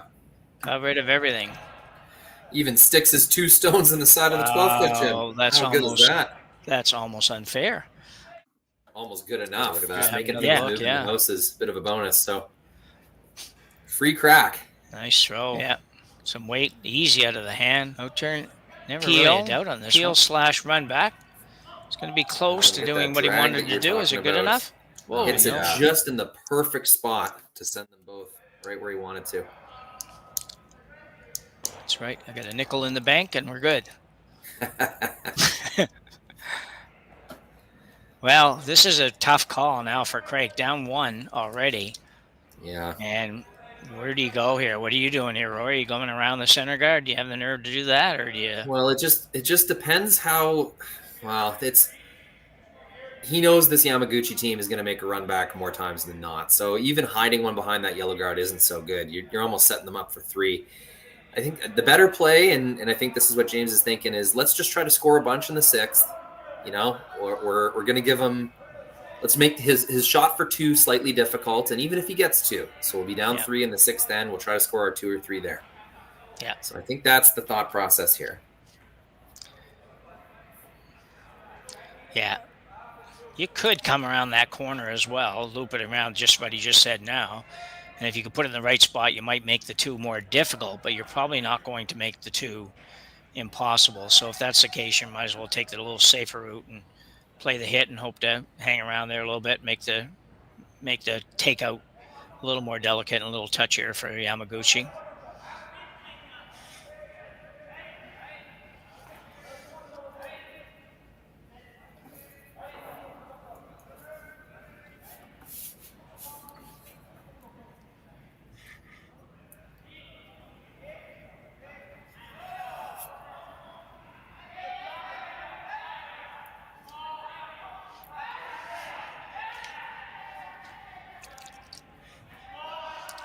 James Craik now. Final stone here in the 5th end. Already down 1 without hammer.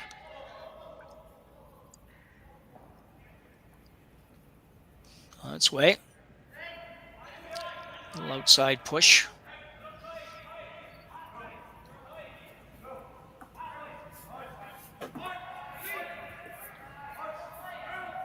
Wow, look at that curl. Yeah. Pretty incredible. Good job by Jake McDonald getting it in there. Yeah, I know. I didn't really like that little release there, and I thought he might have done himself some damage, but it's wide open. Still not super easy getting all the way out to the wing at this point in the game. You don't really know what it's going to do. It's still pretty fresh out there. Sometimes sheets have a bit of like a dish effect where the further out you go, the harder it curls back in. Yeah. And you just saw James throw this shot, but at the same time, he threw it maybe a little different than you throw it. He certainly had a little punch out at the end, and I haven't really seen that from Karuizawa. A little bit smoother out of the hand, if you want to call it that. But he's had such nice weight all day that these shots have been very, very easy. Like it's just everyone's been like that, just a little tiny bit of sweeping, and they've got it. So a nice deuce for Yamaguchi here in end number 5, and they will take a 5-2 lead after 5 ends of play here at the Saville Grand Prix, the 2025 Saville Grand Prix at the Saville Curling Center. You're watching on Curling Stadium. We'll be back right after the break.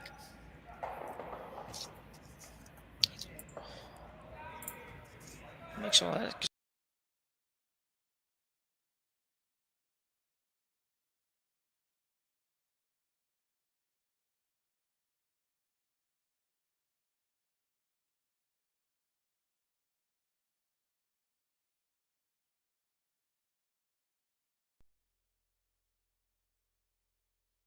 Hey Ben, what's the Aztec Safety online e-learning website again?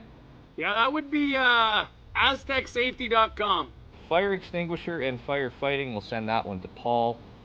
Ah, now here's a course I should probably take. Conflict resolution. Power line safety. Yeah, I thought it might help me with my line calls. Did you know this Aztec website has over 100 safety courses? Jeez. Aztec Safety online course. Ground disturbance. Could have used that a few seconds ago.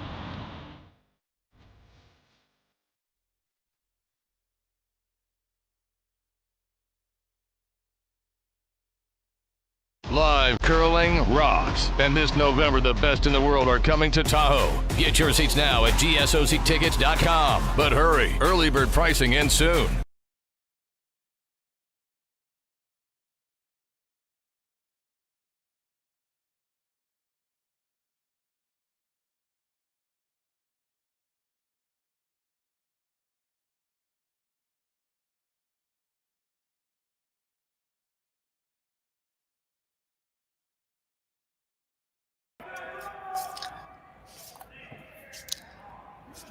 That's why I like watching European, particularly English and sports and whatever, because those guys do.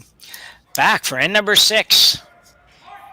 James Craik with some work to do now, Rory. It's down 3 playing 6 with hammer, but he's got gonna be tough to claw his way back here. Yeah, it's down 3, 6th end. At least the writing's on the wall. Everyone knows what's about to happen. So James is going to put the game on the line this end. Do everything he can to score at least 2 points. Yeah.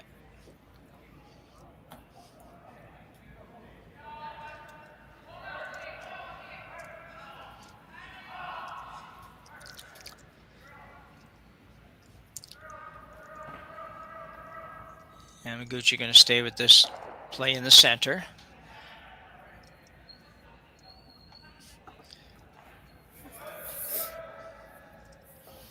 Yeah, center-ish.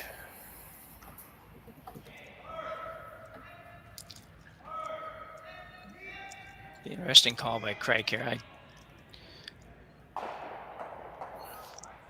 I think I'm on his first one. Yeah, go ahead. Saw some opportunity and decided to double up the guard on that kind of 4-foot line. Pretty interesting. Considered playing the open stone, but knows he has to use this free guard zone. It's a smart move. Yeah, I was gritting my teeth a little bit there when you looked like you might play the hit there. I thought you can't do that. So we got Francisco de Zana replacing Rory McNair in this game with his second stone here in the 6th end. I don't know if Francisco's playing this whole bonspiel or if it's just a 5-player rotation type thing and they're all here, but probably not, since they wouldn't probably bring 5 players over all the way from Scotland for one event, but they might be playing a couple. So the corner guard up, so he's got a little something to work with. Now you got to figure out how to use them.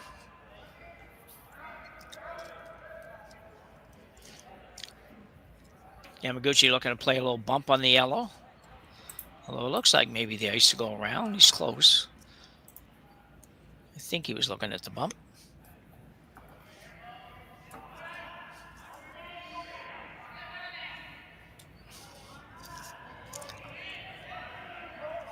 Second stone is Takeru Yamamoto.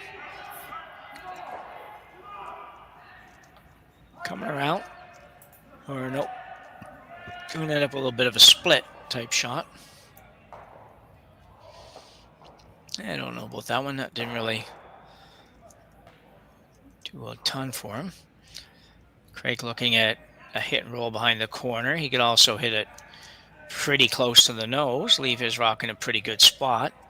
Probably would have to see Yamaguchi do something with it, which might open up draws. Those rocks have to move at some point. It's pretty tempting to move them right now, even if it's just a nose tap. That's what I mean, yeah. Rocks behind the tee line. Yeah. You're going to try to use the corner guard, though, Jim? Yeah.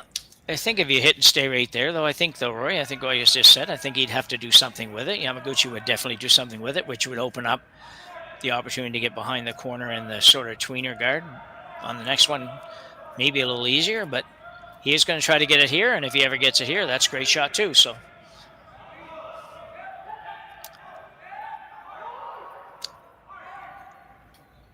going to be close, I'll tell you that.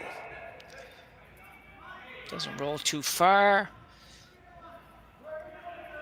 And back in. That's pretty good. Really good, yeah. See that 6-foot roll there.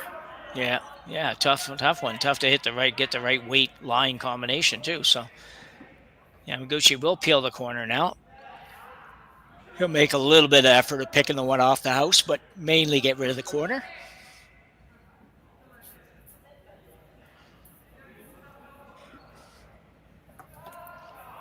I got the right guy throwing it. I watched him make run back after run back, and where was that? The Pan Continental last year. Yeah. This is Koizum, I think. I don't think I gave him credit for the last shot. Probably thought it was too hard to say. No, that's Yamamoto. So I've got these players backwards. Okay.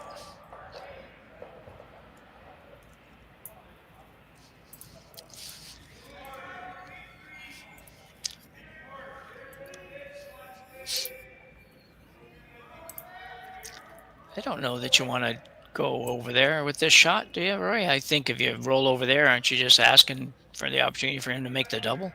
Yeah, I think you kind of got one in the bank right now. You might convince him to ignore it. I think if you come around, they'll hit the open one. So if you think you can score 2 or 3 down the middle, down like behind these guards, now might be the time.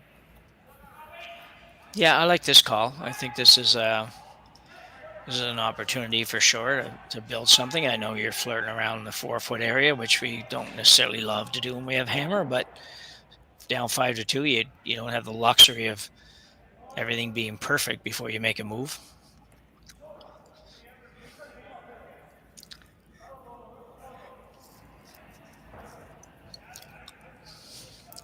Jake McDonald now.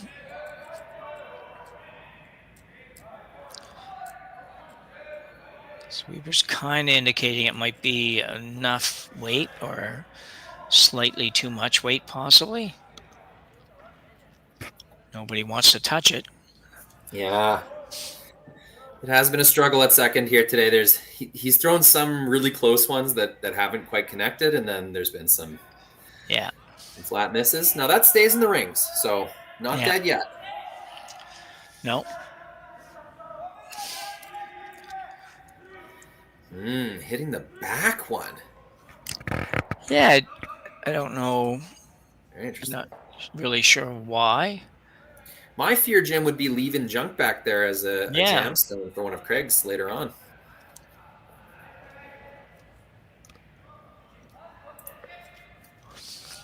I guess if he plays I don't know. If he plays the one that's hot, the high one, you're not really thinking double or anything like that,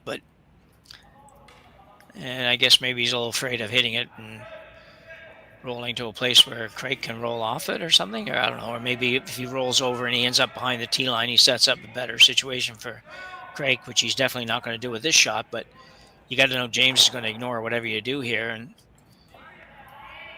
come right around, I think. But we'll see. Yamaguchi.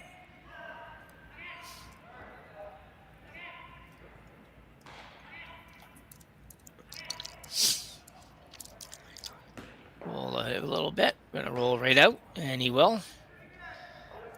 I'd say that's better than sticking around back there at this point. Yeah, I think so too. Yeah. Opens up an opportunity again for Craik to come right around. The only problem here is not even a problem with this call. It's just that he is going to have a hard time bringing the other red one into being first or second shot, I think, because he's got to get rid of the yellow to make that happen. It's not going to be easy. Fraser Swanston now. Third for Craik. To make sure we don't hit any guards. I must say, there hasn't been very many that the sweepers haven't been able to get by on both teams so far today. Like that. That's a beautiful draw. That is really nice. Nicely Perfect managed. depth. Yeah. And gets enough curl that there's no yellow-red action. So now the risk of kind of setting up a double or leaving James the opportunity to get rid of the yellow in the top 12 is back. And is this draw ice I'm seeing? I can't believe he would it? I know, I'm thinking that too, but... Well, here's where the thinking may be coming from. He's hitting that outside one is just going to give Team Craik a free crack at getting into the 4-foot behind those guards again. Yeah. So you're going to be facing 2 behind the guards anyway. So, you may as well beat them there. And as long as you're not setting up a double on that yellow, the risk is not that great. No, true enough.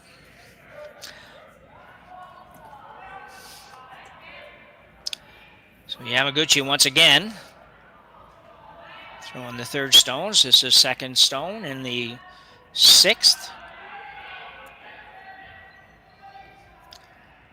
Trying to freeze to the red. Tell you what, he's going to be super close if they get it there. Pretty close. Could have been a little bit better. They had an opportunity to make that a little bit better. Well, that's really lucky, Jim. If they're just a little bit lighter, they're ticking off of that yellow and setting up a crotch double, and then they're in huge trouble. So yeah, really nice sweep to even just get it there.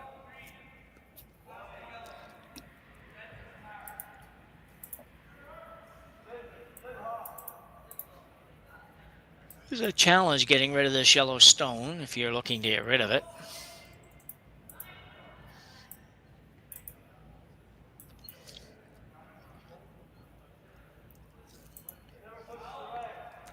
I don't know. I don't know that I'm loving this query. I'm not quite sure what you're going to end up with. You might just end up with Yamaguchi having a much easier access to that rock in the 4-foot.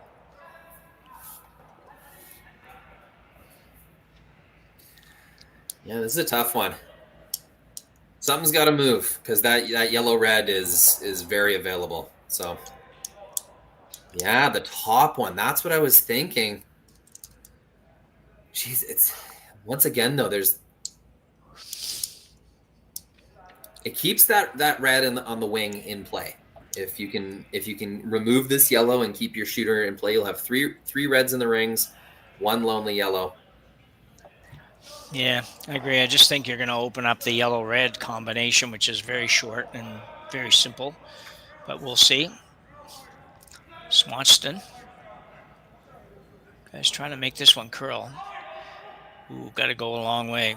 Got to go a long way. Needs to hit the top one. Okay.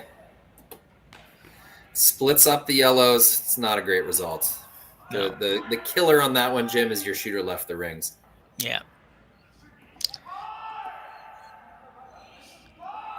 Yeah, in some trouble here because now the red's accessible on either side. I just didn't love that shot. I don't know for sure. I thought they might just come right around again. Same thrower. I know you leave the yellow. There's a possibility of them doing something with the yellow, but I don't know. I just didn't see how that was. Even if he made the top one, just the top one and rolled over, and I think it was going to leave that red pretty available.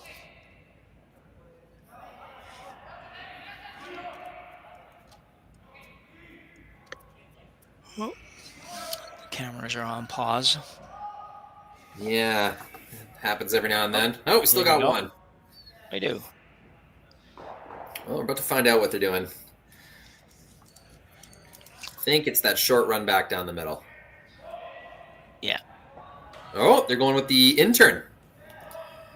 Going around the guard. Playing the slightly tougher one, actually, for the better result. So curling pretty good. Yes, it is. And bam, it will get rid, but may have set up a thin double. Pretty. Oh, definitely there. No gimme, but definitely there. Probably has to play that actually now. I don't know if you can wait one more shot. Give this a go, and if you don't make it, make sure you're a little at least thick and maybe hang around there somewhere and still have a whack at it on the next shot. That might be hard to do because this is a relatively thin double. Could be perfect, though, if you make it, and you're probably at a point where you just need to make something perfect. The only other shot that it would be there that I think would be that out turn, come around and give up on bringing the red one into play on the wings there. Come right around and either remove the yellow or sit on the yellow. Hope to get a shot at it the next shot, but he is going to go with the double. Probably the the better call right now, I think. Some may disagree, and that's fine. Yeah, I mean, I guess you could freeze on the top yellow, and then you have two ways of getting at it and getting your two. Yeah. And if you get a miss at Yanagisawa, you can play the double on your next one, perhaps for 3. This is your safest way to 2 points, though. Looks like they had something cooking this end, but that's the problem with needing that multi-point score. You're one miss away from your whole plan kind of getting thrown out the window. Yeah. So this might be close because he's got the hole sweeper going on it. Whoa, curling a lot. As thin as possible, he got that. I'll tell you, right? Yeah, I know. See the reaction. Yeah, came about as close to the 2 guards as you want to come, and then just about didn't even touch the other rock, but he did manage to make it. So as a result, that's about the best he could hope for, to be honest. They could have buried it behind, but it wouldn't have mattered. The other one's wide open. They were just going to hit that instead. So, hey, well done. Got a really good chance at his deuce. Just basically should have an open hit for the 2. Or almost open hit. This one could roll a little bit behind the guard, but certainly accessible.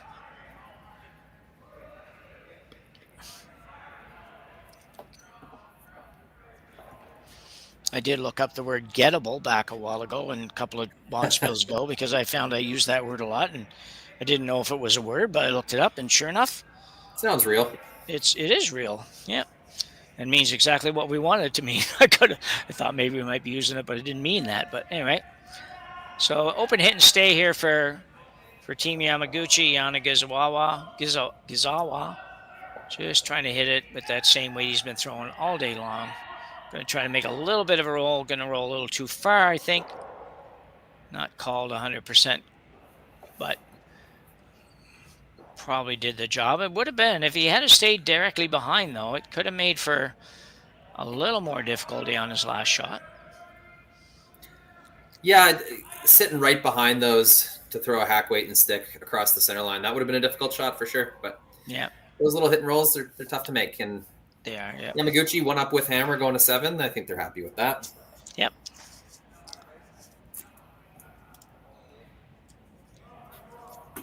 So James Craik with an opportunity for a deuce here in end number 6. Obviously a big shot. They're all big shots for the skip shots usually in bonspiels and in games, and particularly as your end game moves on here and you're down a few. You don't get a lot of chances. You got to make it when you get it. So we'll see how he gets along. Like the release on that better than the punch-out release, but Jake McDonald, just a heavy clean. And he's going to be right on the beacon. A very nice shot by James Craik. He will pick up his 2 here in end number 6. Craik will now trail by 1 without hammer, playing 7 when we come back after the break.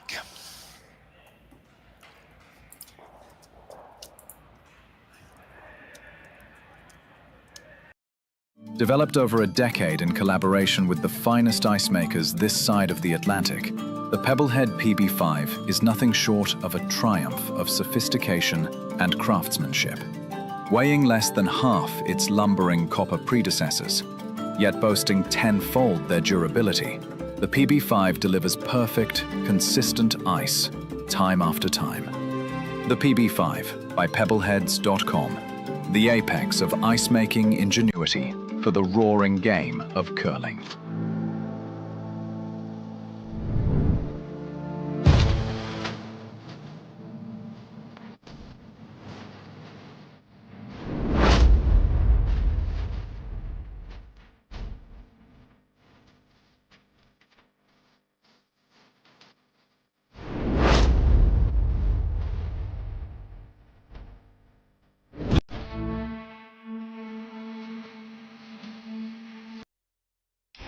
The 2025-2026 Grand Slam of Curling schedule is out, with big events happening all over Canada, like the Masters heading to London in September, the Tour Challenge from Nisku this October, the Canadian Open from Saskatoon in December, for Players Championship from Steinbach coming in January.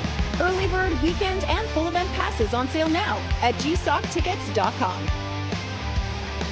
Let's walk.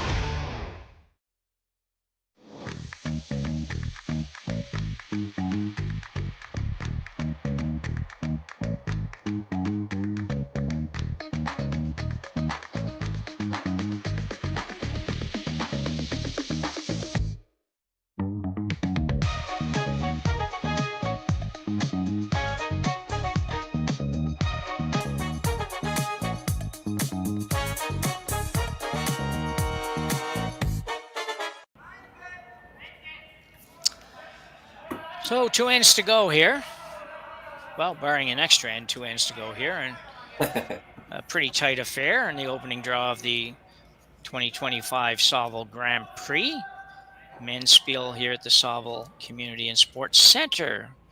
As we said, it's on the campus of the University of Alberta here in Edmonton, Alberta. And it's an amazing facility, and we've had a number of events here, and always look forward to coming here. I'm sure the players do as well because the conditions are pretty much pristine to play. And Team Yamaguchi out of Japan leading James Craik out of Scotland 5-4 after 6 ends of play. Yamaguchi with Hammer here playing the 7th. Yeah, Edmonton, just a good sports city in general. Like affordable accommodations, there's enough hotels, the facilities are really nice, and not just for curling, for a lot of different sports at the Saville here. It's a massive complex. All sorts of fun stuff going on in Edmonton.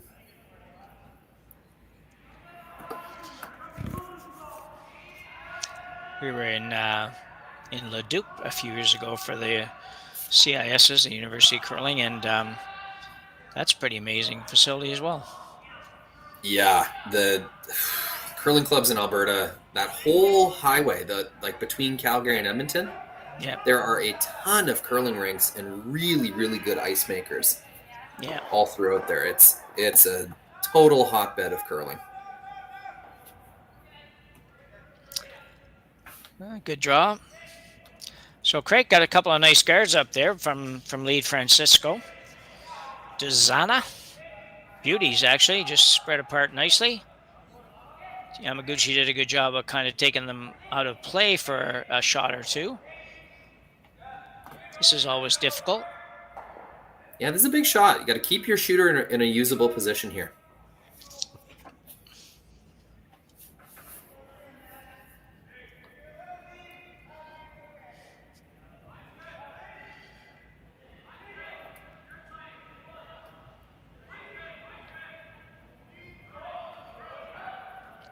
Jake McDonald.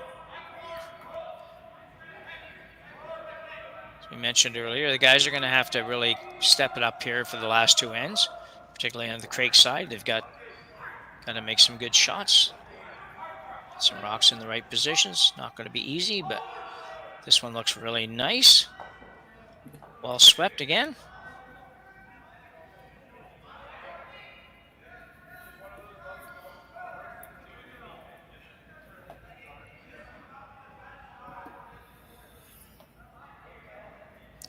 So Yamaguchi now going to run that front one back, and it's always interesting. You usually put these guards up there, and the guys just wait for a chance to get rid of them. And that's one down, and now Craig still needs to figure out how the heck he's going to get to where he needs to be. It's a bit daunting when you look at it sometimes. You say, well, we're going to throw a guard up here. This is where for club curlers, or curlers that are not maybe, that are a long way below this level, but that know enough, but they don't always know a ton. And, you're looking at that if you're Yamaguchi and you've got 2 rocks in there, and their thoughts automatically say, let's just guard. Doesn't matter if they throw a guard, let's us throw a guard or whatever. They don't do that at this level, and understandably so. It'd be kind of neat if they did, but they don't, so.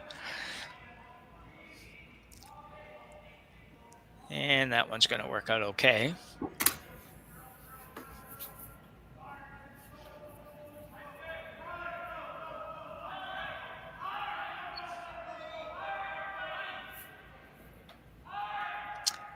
Another peel.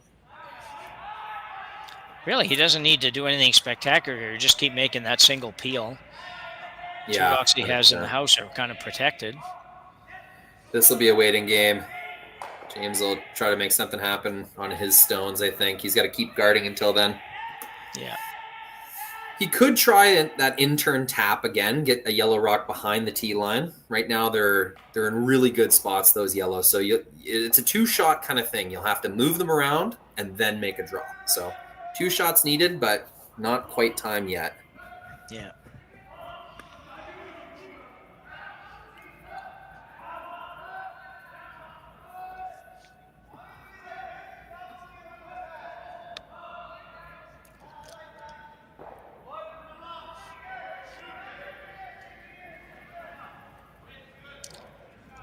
So guard going up once again.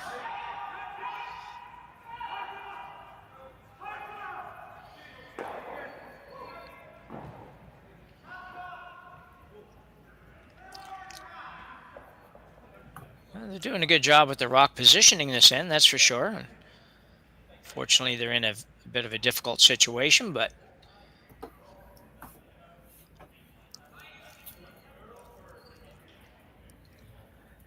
Yamaguchi now look to peel that off.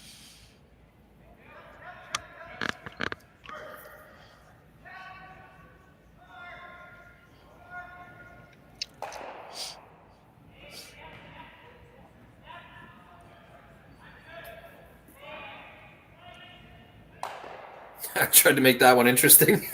Yeah. We're just trading guards and peels. That's kind of trademark late game sort of thing. Both teams locked into their stance. One up with hammer, one down without. Both teams know exactly what they're after. Yeah, James deciding pretty much that he just hasn't got the luxury of throwing any more guards here right now, and I would agree with that.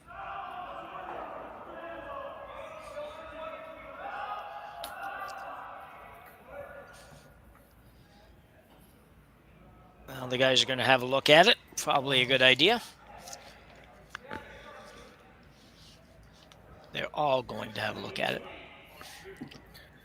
Yeah, why not?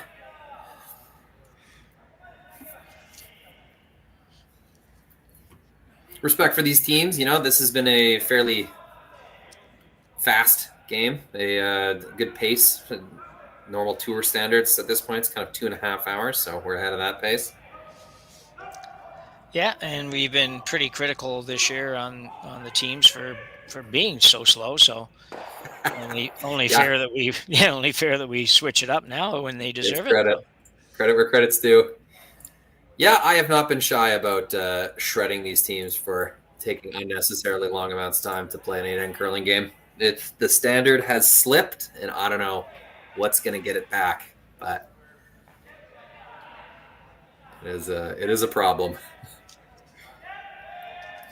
If I'm James Craik, I think I'm making that in-turn tap right now. You can't leave it all for your 2 stones. Those 2 yellows need to move. They have to. So whether it's punching the top one out on the other side of the center line so you have like an inside roll, or whether it's just tapping them both back a little bit so there's something on the back of the button to draw to. I think it's got to happen right now. I know Yamaguchi's going to have a blast attempt, but the idea is at the end of that, there's something to draw to. Yeah, I'm with you 100% on that, Rory. I think it's, and I like the idea of that back yellow. The yellow that's on the button, if I can get that just to the back of the forefoot, I'd be happy with that. And my red one would maybe sit on the yellow. That would be good enough for now, but you need that for sure. Can't throw it much harder, so you can't really move everything around, but you can at least get that much done.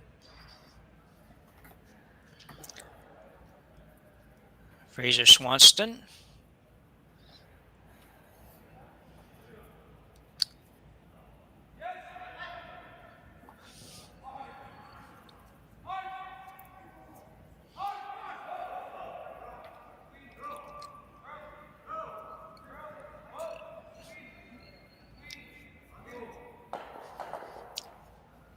Probably just a little heavy, maybe. Yeah, I think it was a little bit heavier than it needed to be, but I'm not quite sure now what we've got. Yeah, yellow 2 and 3. Yeah. Or sorry, 1 and 3, pardon. Yeah, but you know what? They have tempted Yamaguchi into ignoring the guard maybe, which is a victory in itself. Yeah. And the red that's just off the 4-foot is dead behind the guard, or almost dead behind the guard, so it's in pretty good spot. Is he looking at playing the double off the red one here? I assume.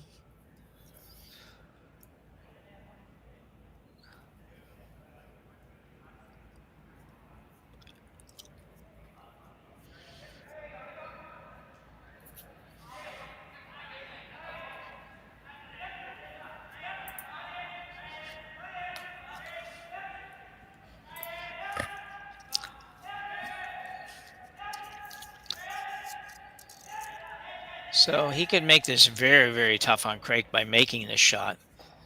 But there is also the potential to have not good things happen on this shot. So For sure. There's just so many rocks left in the end. I feel like the center guard is their number one enemy. Gets one, just barely taps the second, and that was the risk. Yeah. So now Team Craik is just loving life. They've somehow convinced Yamaguchi to stop peeling.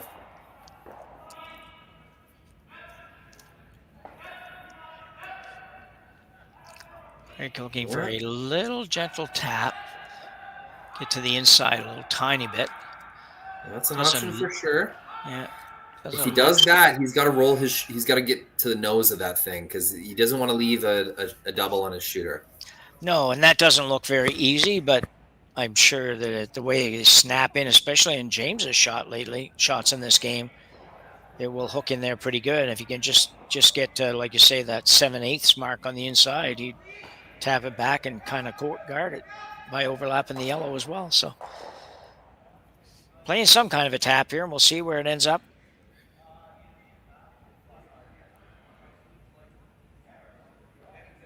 Probably needs a touch more than T-line weight. Probably needs just that back button, back 4 maybe for weight, but nothing more than that. I don't even know if he needs back 4. I think he needs a little more than just a foot tap. He's got to go a little further than that because he's got to get it to move. Anyway, we're going to see.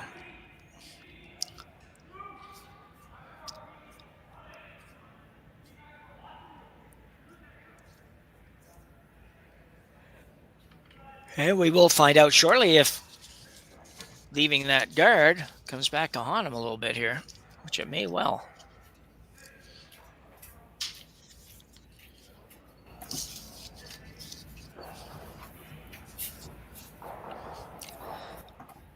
Out-turn tap for James Craik.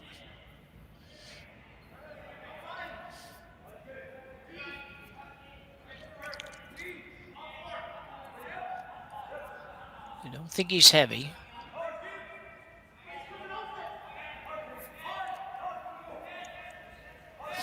Gotta go. Yeah. Definitely have to be shot at the end of this. Yeah. And do they just get it there? Not quite. Man, that was almost perfect. If he has just one more foot of weight or so, or maybe even a little less than that, and still stays where the line is that he has, that could have been a great shot. Yamaguchi would have been able to come around on the interim, but, do you really want to do all that? Go ahead. Well, yeah, just the biggest problem with that one, Jim, is to make it right, you have to get to the nose of your own stone, right? Yeah. Now that he did get it to the nose of his own stone and he's not shot, I don't think he's got anything on the outturn anymore. No. Like maybe if he could tap half of the top one and maybe that pushes the back red into shot stone. It's just not nearly as ideal. That was the shot to make. That was the shot the whole end was building towards for sure. Yeah, I think Rory, I think you could get to basically the same spot he just threw it in, because he only has to move the red one, probably 2 inches or something. to be shot rock, so he might be able to get there and just kind of leave the shooter. But mind you, this is all assuming that Yamaguchi just doesn't even throw it. But if he doesn't, let's assume he threw it and didn't hit anything, then you could come down, tap that up, I think, and probably potentially half guard it or whatever. And I also don't know what these guys are playing right now. I don't think they can afford to guard here. I just don't really know that I get that. I don't know what this call is. We'll find out. Looks like a tap on their own. Yeah, that's would have been my guess by the way that everything was, but I just not seeing that. Oh, here it comes. It definitely not a guard.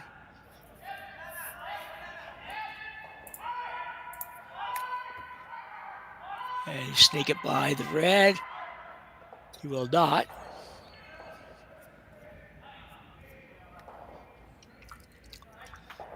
I don't know. I think Craik still has a chance to go tap, and actually he might be able to go tap and be out of the line of the yellows if he doesn't tap it too far.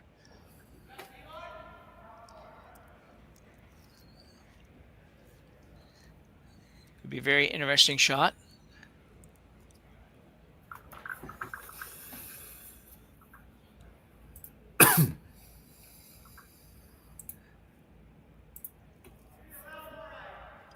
Not sure what James is looking at there.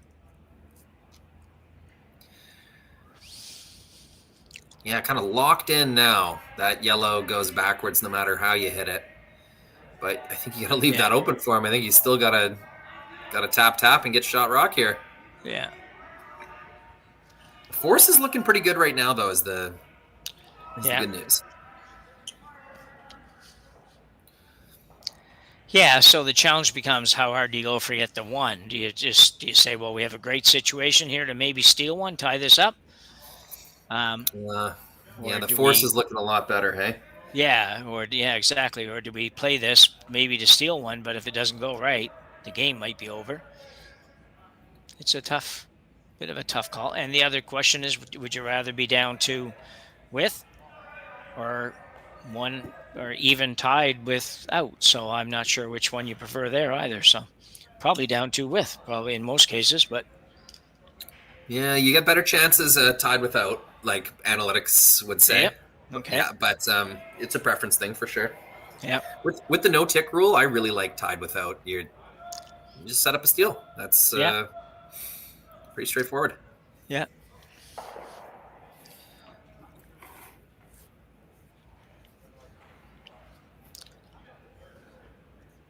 James could hit the yellow and be shot rock after that, but boy. Yeah, you could just whap the yellow and stay shot top four. You know, leave him the kind of run triple. Yeah. I don't think you're going to get the back red, though, are you? Or do you think it would drag? You just need a tiny little bit of a drag. Or you're not going to be, or it's just going right by the red, which would be not beneficial.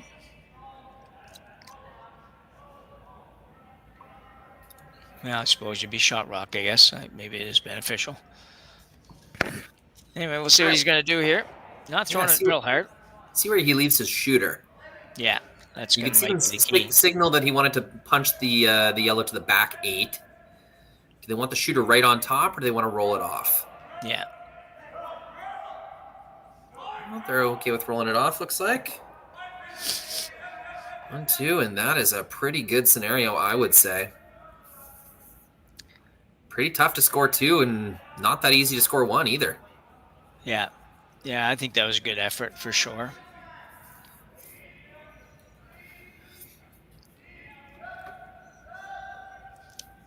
Probably can see a quarter of the yellow.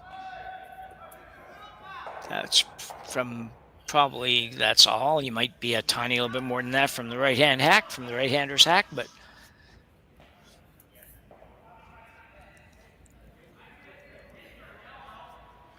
these guys are looking at, do we run the red guard back into there because we can hit it almost anywhere and probably have the yellow go. I've been kind of trying to draw that one out in my mind, Jim. So I think the problem is the back red jams on at least one of those back yellows, doesn't it? I don't know that it's going to hit the back red hard enough. It looks to me like it's not going to make that much contact with the back red. I think you'd leave. That's the one that's going to score your point. Geez, if he could see any more of his own yellow, there would be like a board weight. Yeah. Like for 2. Yep.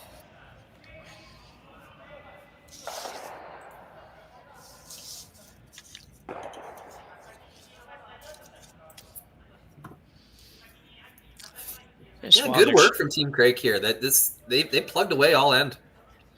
Yeah, I agree. Yeah. Keeping things alive, and a lot of made shots to send.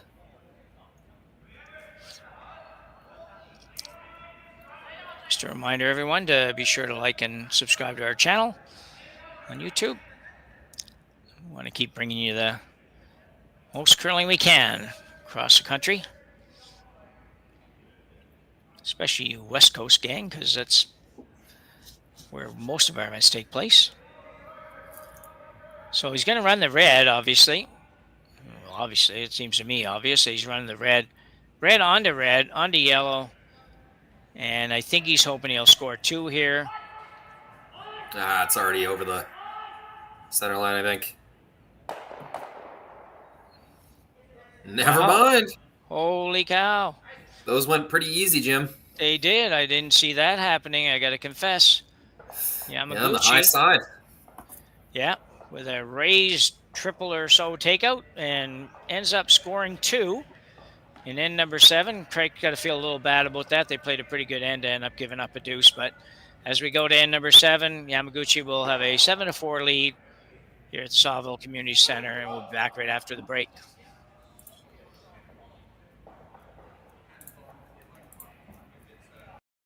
Developed over a decade in collaboration with the finest ice makers this side of the Atlantic, the Pebblehead PB5 is nothing short of a triumph of sophistication and craftsmanship. Weighing less than half its lumbering copper predecessors, yet boasting 10-fold their durability, the PB5 delivers perfect, consistent ice, time after time.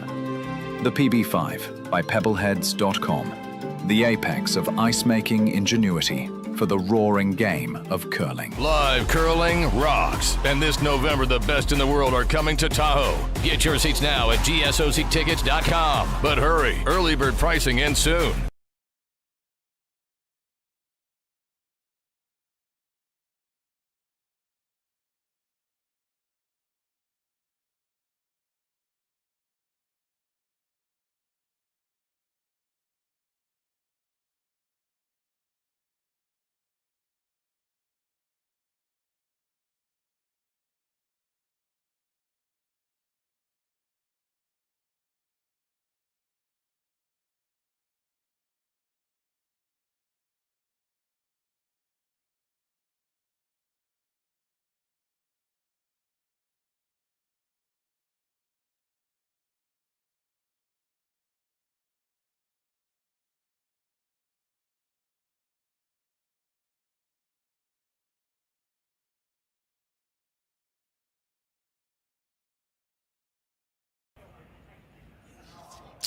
So back for the 8th and potentially final end here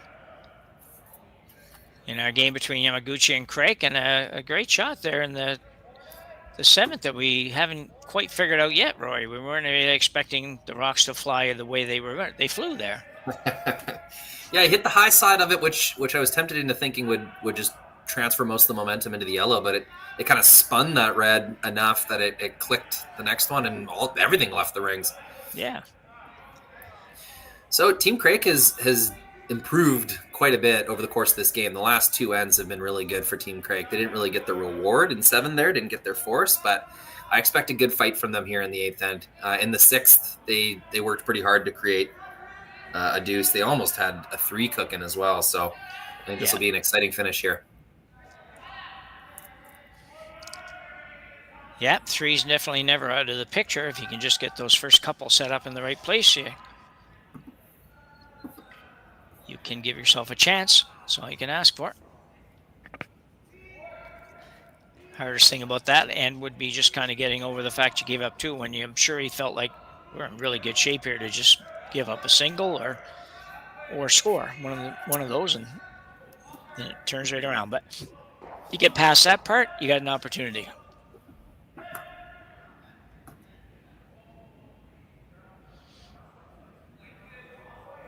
Got their first guard down the middle, Jim. Yeah, different.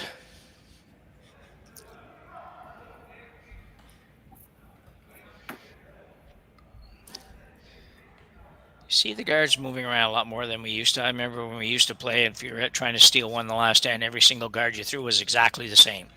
Just threw them all right on the center line and hope somehow that was going to work. And back in the day, it probably worked a little bit better because there was different things happening. Well, they're calling timeout. They're just trying to get the coach to agree with this.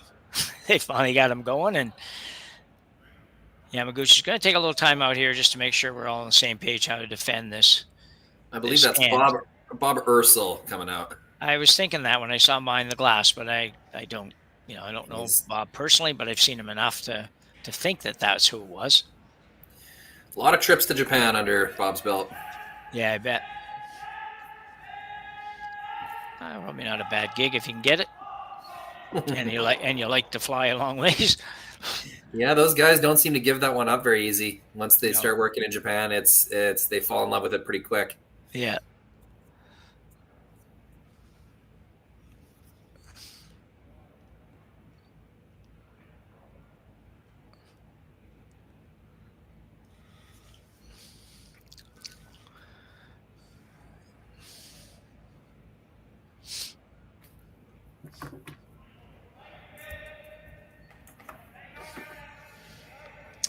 So after all that, let's see what they decided on. They're going to try to punch this guard.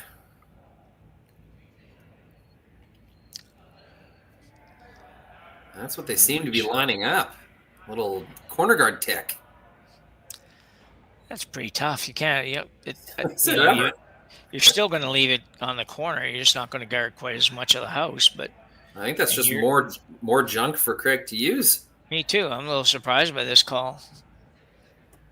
I would have been less surprised if he had just said, let's just throw it on top of the yellows again and give them one more rock to figure out how to get rid of. Or, well, you don't really want to move the center one because you don't want to put it on the corner. Anyway, different.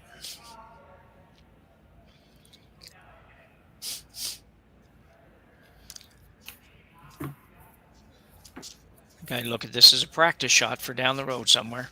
I don't know. Practice a big shot because I don't really get it. Well, I mean, 5 rock rule, this 5th stone, the team without hammer, it's tough to know where to put it. Yeah. And I think this is asking a little too much.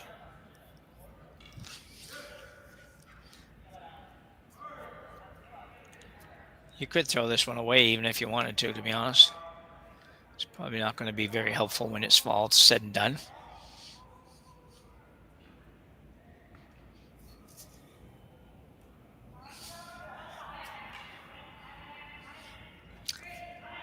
So we can't hit very much of this. And that's probably going to be too much. And it is. Yep. So the equivalent of throwing it away. Yeah. And I guess that's the thinking, Jim, is if you miss it, at least it's as if nothing happened. So throw it hard enough that you're going to almost guarantee, even if you make contact with too much of the rock, it's going to go out of play. Yeah. Yeah. Only thing it does is hurt your percentages. And takes 2 minutes of everybody's life away. Yeah. Yeah. Just sit here and wait for that all to go down. Yeah. It's like trying to draw the opponent offside in football, Yeah. Probably a waste of time. Might work, but that's so annoying. I find that so annoying, that particular thing. It's the worst. Just like I haven't even know if I've seen it work. It probably worked once or twice when they first started to try to do it, but then when I got to the point where everybody everywhere on both sides of the ball know it, it's just like, just a waste of time. Sports are trendy. People see something work and all of a sudden it takes hold and now everyone's doing it. You see that across every sport. Yeah. So Team Craik now with a couple of guards to work with, down 3, a couple of yellow stones, which are a problem, but not enough of a problem to deal with it right now because you don't have that luxury. Playing a freeze in here for Jake McDonald. Might overcurl. It did, unfortunately. Got to where it's actually removable if they choose to do that. I would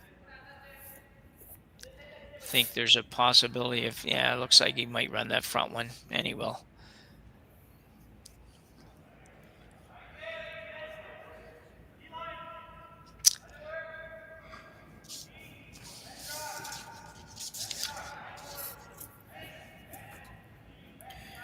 And now the shots get a little more straightforward for Team Yamaguchi.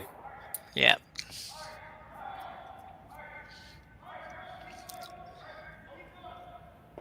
Well, it'll be interesting. James Craik might throw another guard up here. Well, the key will be to somehow convince Team Yamaguchi to ignore a red stone at some point and try to make either a draw or something. Because right now they got 2 open hits, right? So that burns 2 stones. How in Yamaguchi's skip stones can you make his shot either more difficult or try to convince him to play something that isn't a hit?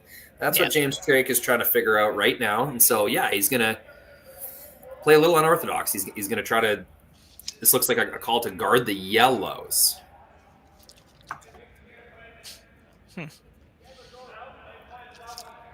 Could play a straight tap on the nose of those yellows. Could, yeah. You're probably watching Yamaguchi peel the corner after that. Or hitting the open one. Yeah. It's a tough look right now for Team Craik. Yeah. Not exactly sure what they ended up with here. I think if I was throwing a guard, I'd be guarding the red just because if I guard the yellows, he peels the guard, he slashes in towards mine, and the other one's gone too. So, I don't know. He's only got 5 rocks to come. Or is they're still maybe not 100% sure what they're doing or just not 100% convinced that's the right thing to do yet, but they're getting there. Throwing a guard. Guard on something. Looks more like a guard on the yellows than the red, but yeah, I think that's smart. Like I said, it's all about convincing Team Yamaguchi to stop hitting red stones. So if you're going to put your stone anywhere, it's probably in the place that's going to be the most tempting for Yamaguchi to think, oh, well, that's helping us. I doubt you'll trick them, but yeah.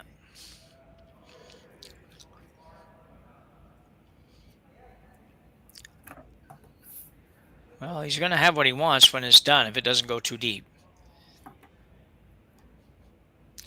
It curls a lot at the end when they put that big spin on, and then it just kind of comes up. But it's actually not the worst spot, Jim. Like, I know it's a miss, but yeah. There's no double, and as of right now, you can't remove that one on the top 12, and hitting that outside red has a touch of risk. Yeah, I think you're just running the top red into the other red, aren't you? Yep. Yeah. I think I'd be hitting the open one regardless. Let myself roll out a little bit. The open one, the one in the 8 foot? Yeah, I think so. Yeah. Geez, it's not that open though, Roy. You're right. Just edge on edge. You are correct. And ticking that top red would be a total disaster. So they're going with your call, Jim. 10 cents in the bank for you. Oh, jeez. Feeling good. Friday.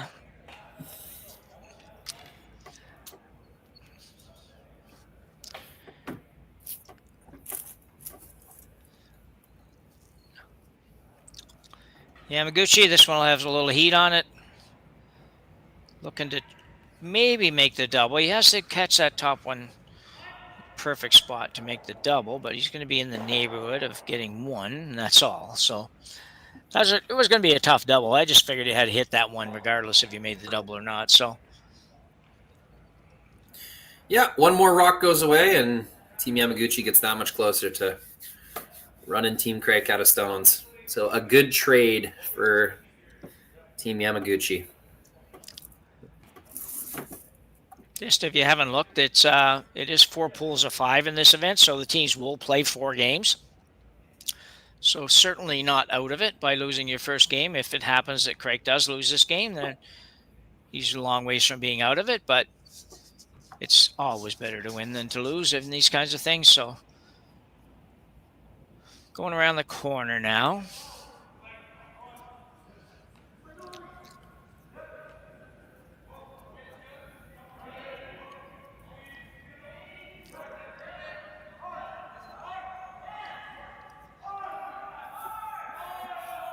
He's working hard. The young guys have put in some effort in this one. Not going to get there, I don't think, is he? That's not an acceptable miss at this point in the game. No.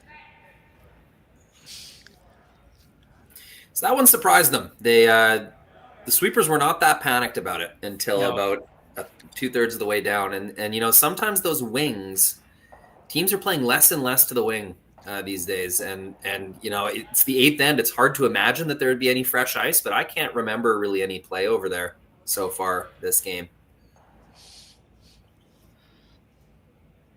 Could have been a rock. Could have been just the ice sort of getting a little, fudgy. It could have been a million things, but it tricked Team Craik anyway.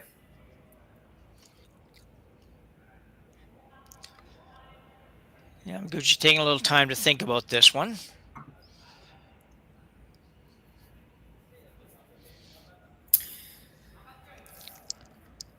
Yeah, where you roll this is important. Yeah, because even though you might not think it at the time, there are ways that you might hit this, and you hit it a little bit on the center line side or something, and one of the yellows goes over partially behind the corner, and then the guy comes down, sits on it, and it becomes difficult to remove. So you do have to think some of that stuff out without just totally messing yourself up. Yeah, the way the yellows are right now is really good for Yamaguchi. They can send that back any direction they want. They don't really want to change that. Yeah, see, I don't think that's a good thing unless they all still drag. Yeah. Yeah. What you're looking at is if red were to start just drawing behind your pile of yellows, how many shots would it take you to get at that red? And if the answer is more than 2, it's not a good thing. Yeah.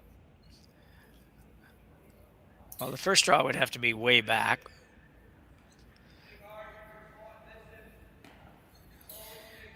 So the trouble here is if James wants to score 3, he can't just plug 3 of them behind those corner guards. He does have to move these yellows. So I think it's a situation here where they got to make like one hit and roll at least in this shot or James's next one. Yeah, even though it sounds counterproductive to what you're trying to do, I think I agree with you because and the other part, you could come around the corner. You're right. You can't just pile 3 of them around there and say, well, that's good enough. You're probably not even counting 1, never mind 3. And even if you said, well, let's come around the center ones, we go way back to the back of the 8-foot, then you go back to the back of the 8-foot, and assuming somehow or other he doesn't hit any of them, I think you run out of room for the third rock. So, I'm not sure that he didn't have to move them either, and it would have had to be on that shot, obviously. But anyway, let's see. This looks like it could be a good one. Yeah, this is the one free draw I think you could take if you so wanted to. Really nice sweep and nice throw. That's it's a great draw.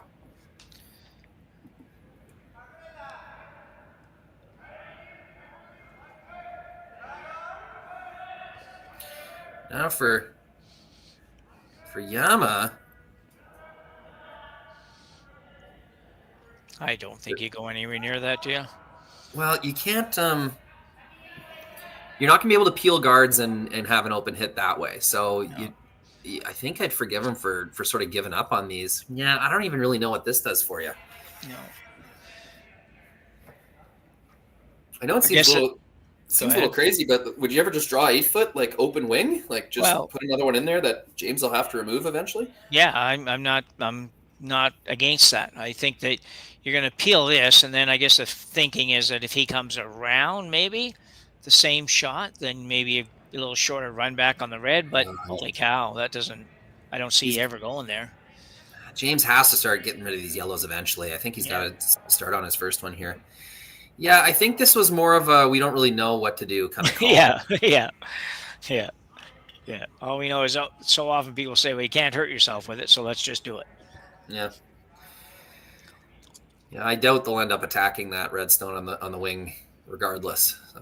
I think that what they just said there is a shot they have to make here. I think that you're going to have to. It's either that or maybe, Rory, you might come all the way around the yellows and get back to where I don't know exactly. You get back to almost where Buddy's broom is there and then say, okay, well, now we've got one behind there that you can't get. We've got one behind the corner that's hard to get. And if you do something really crazy, we might be able to blast the yellows and get rid of them all. Yeah, and that's the key question, Jim. Can you get rid of those yellows without it jamming on your red on the wing? I think the answer is no. And you can see James kind of signaling with his broom. That middle yellow appears to be squirting right into that red on the side of it.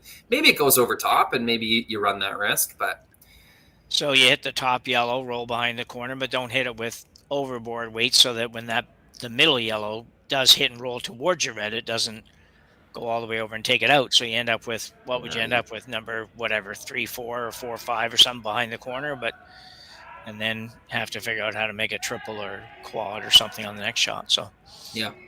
Well, now Yamaguchi's called, I'm understanding it a little bit more because, Craik, his shooter is going to end up behind that corner guard. And now it's like a 5-foot run back instead of being unattainable. So yeah, makes a bit of sense, I suppose. Yeah.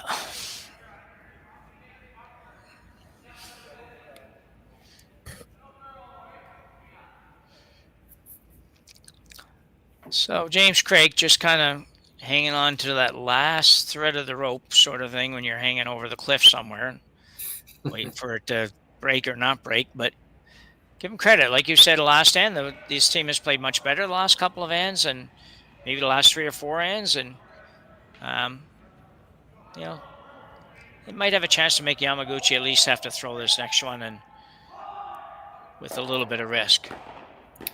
That's a killer. That's game over right there, unfortunately. Yeah. That's needed that other yellow to squirt further into the 12-foot, and you'd have a breath. But nah, it's that red's wide open now. It's a hit for the win. Yeah. So in fact, it's right with how flat those yellow ones are, Jim. I don't even think he has to throw this. Yeah, I know. I was sitting here thinking, you be careful with this because you don't want to do anything crazy here. Like I don't think they will, but anyway, Karuizawa here with his last shot in the 8th end, and will it prove to be the winning tally? It will. Played a great game. I think that guy pressed the heck out of me through the rock really nice. And Team Yamaguchi will come away with a 7-4 win over James Craik. Pretty good game, Rory. Not a bad game to watch, really. And like you said before, reasonably decent speed for the game. So we'll take that. Absolutely. Two exciting teams. Look out for these teams on tour. These are top talents, and we had a great game today, Jim.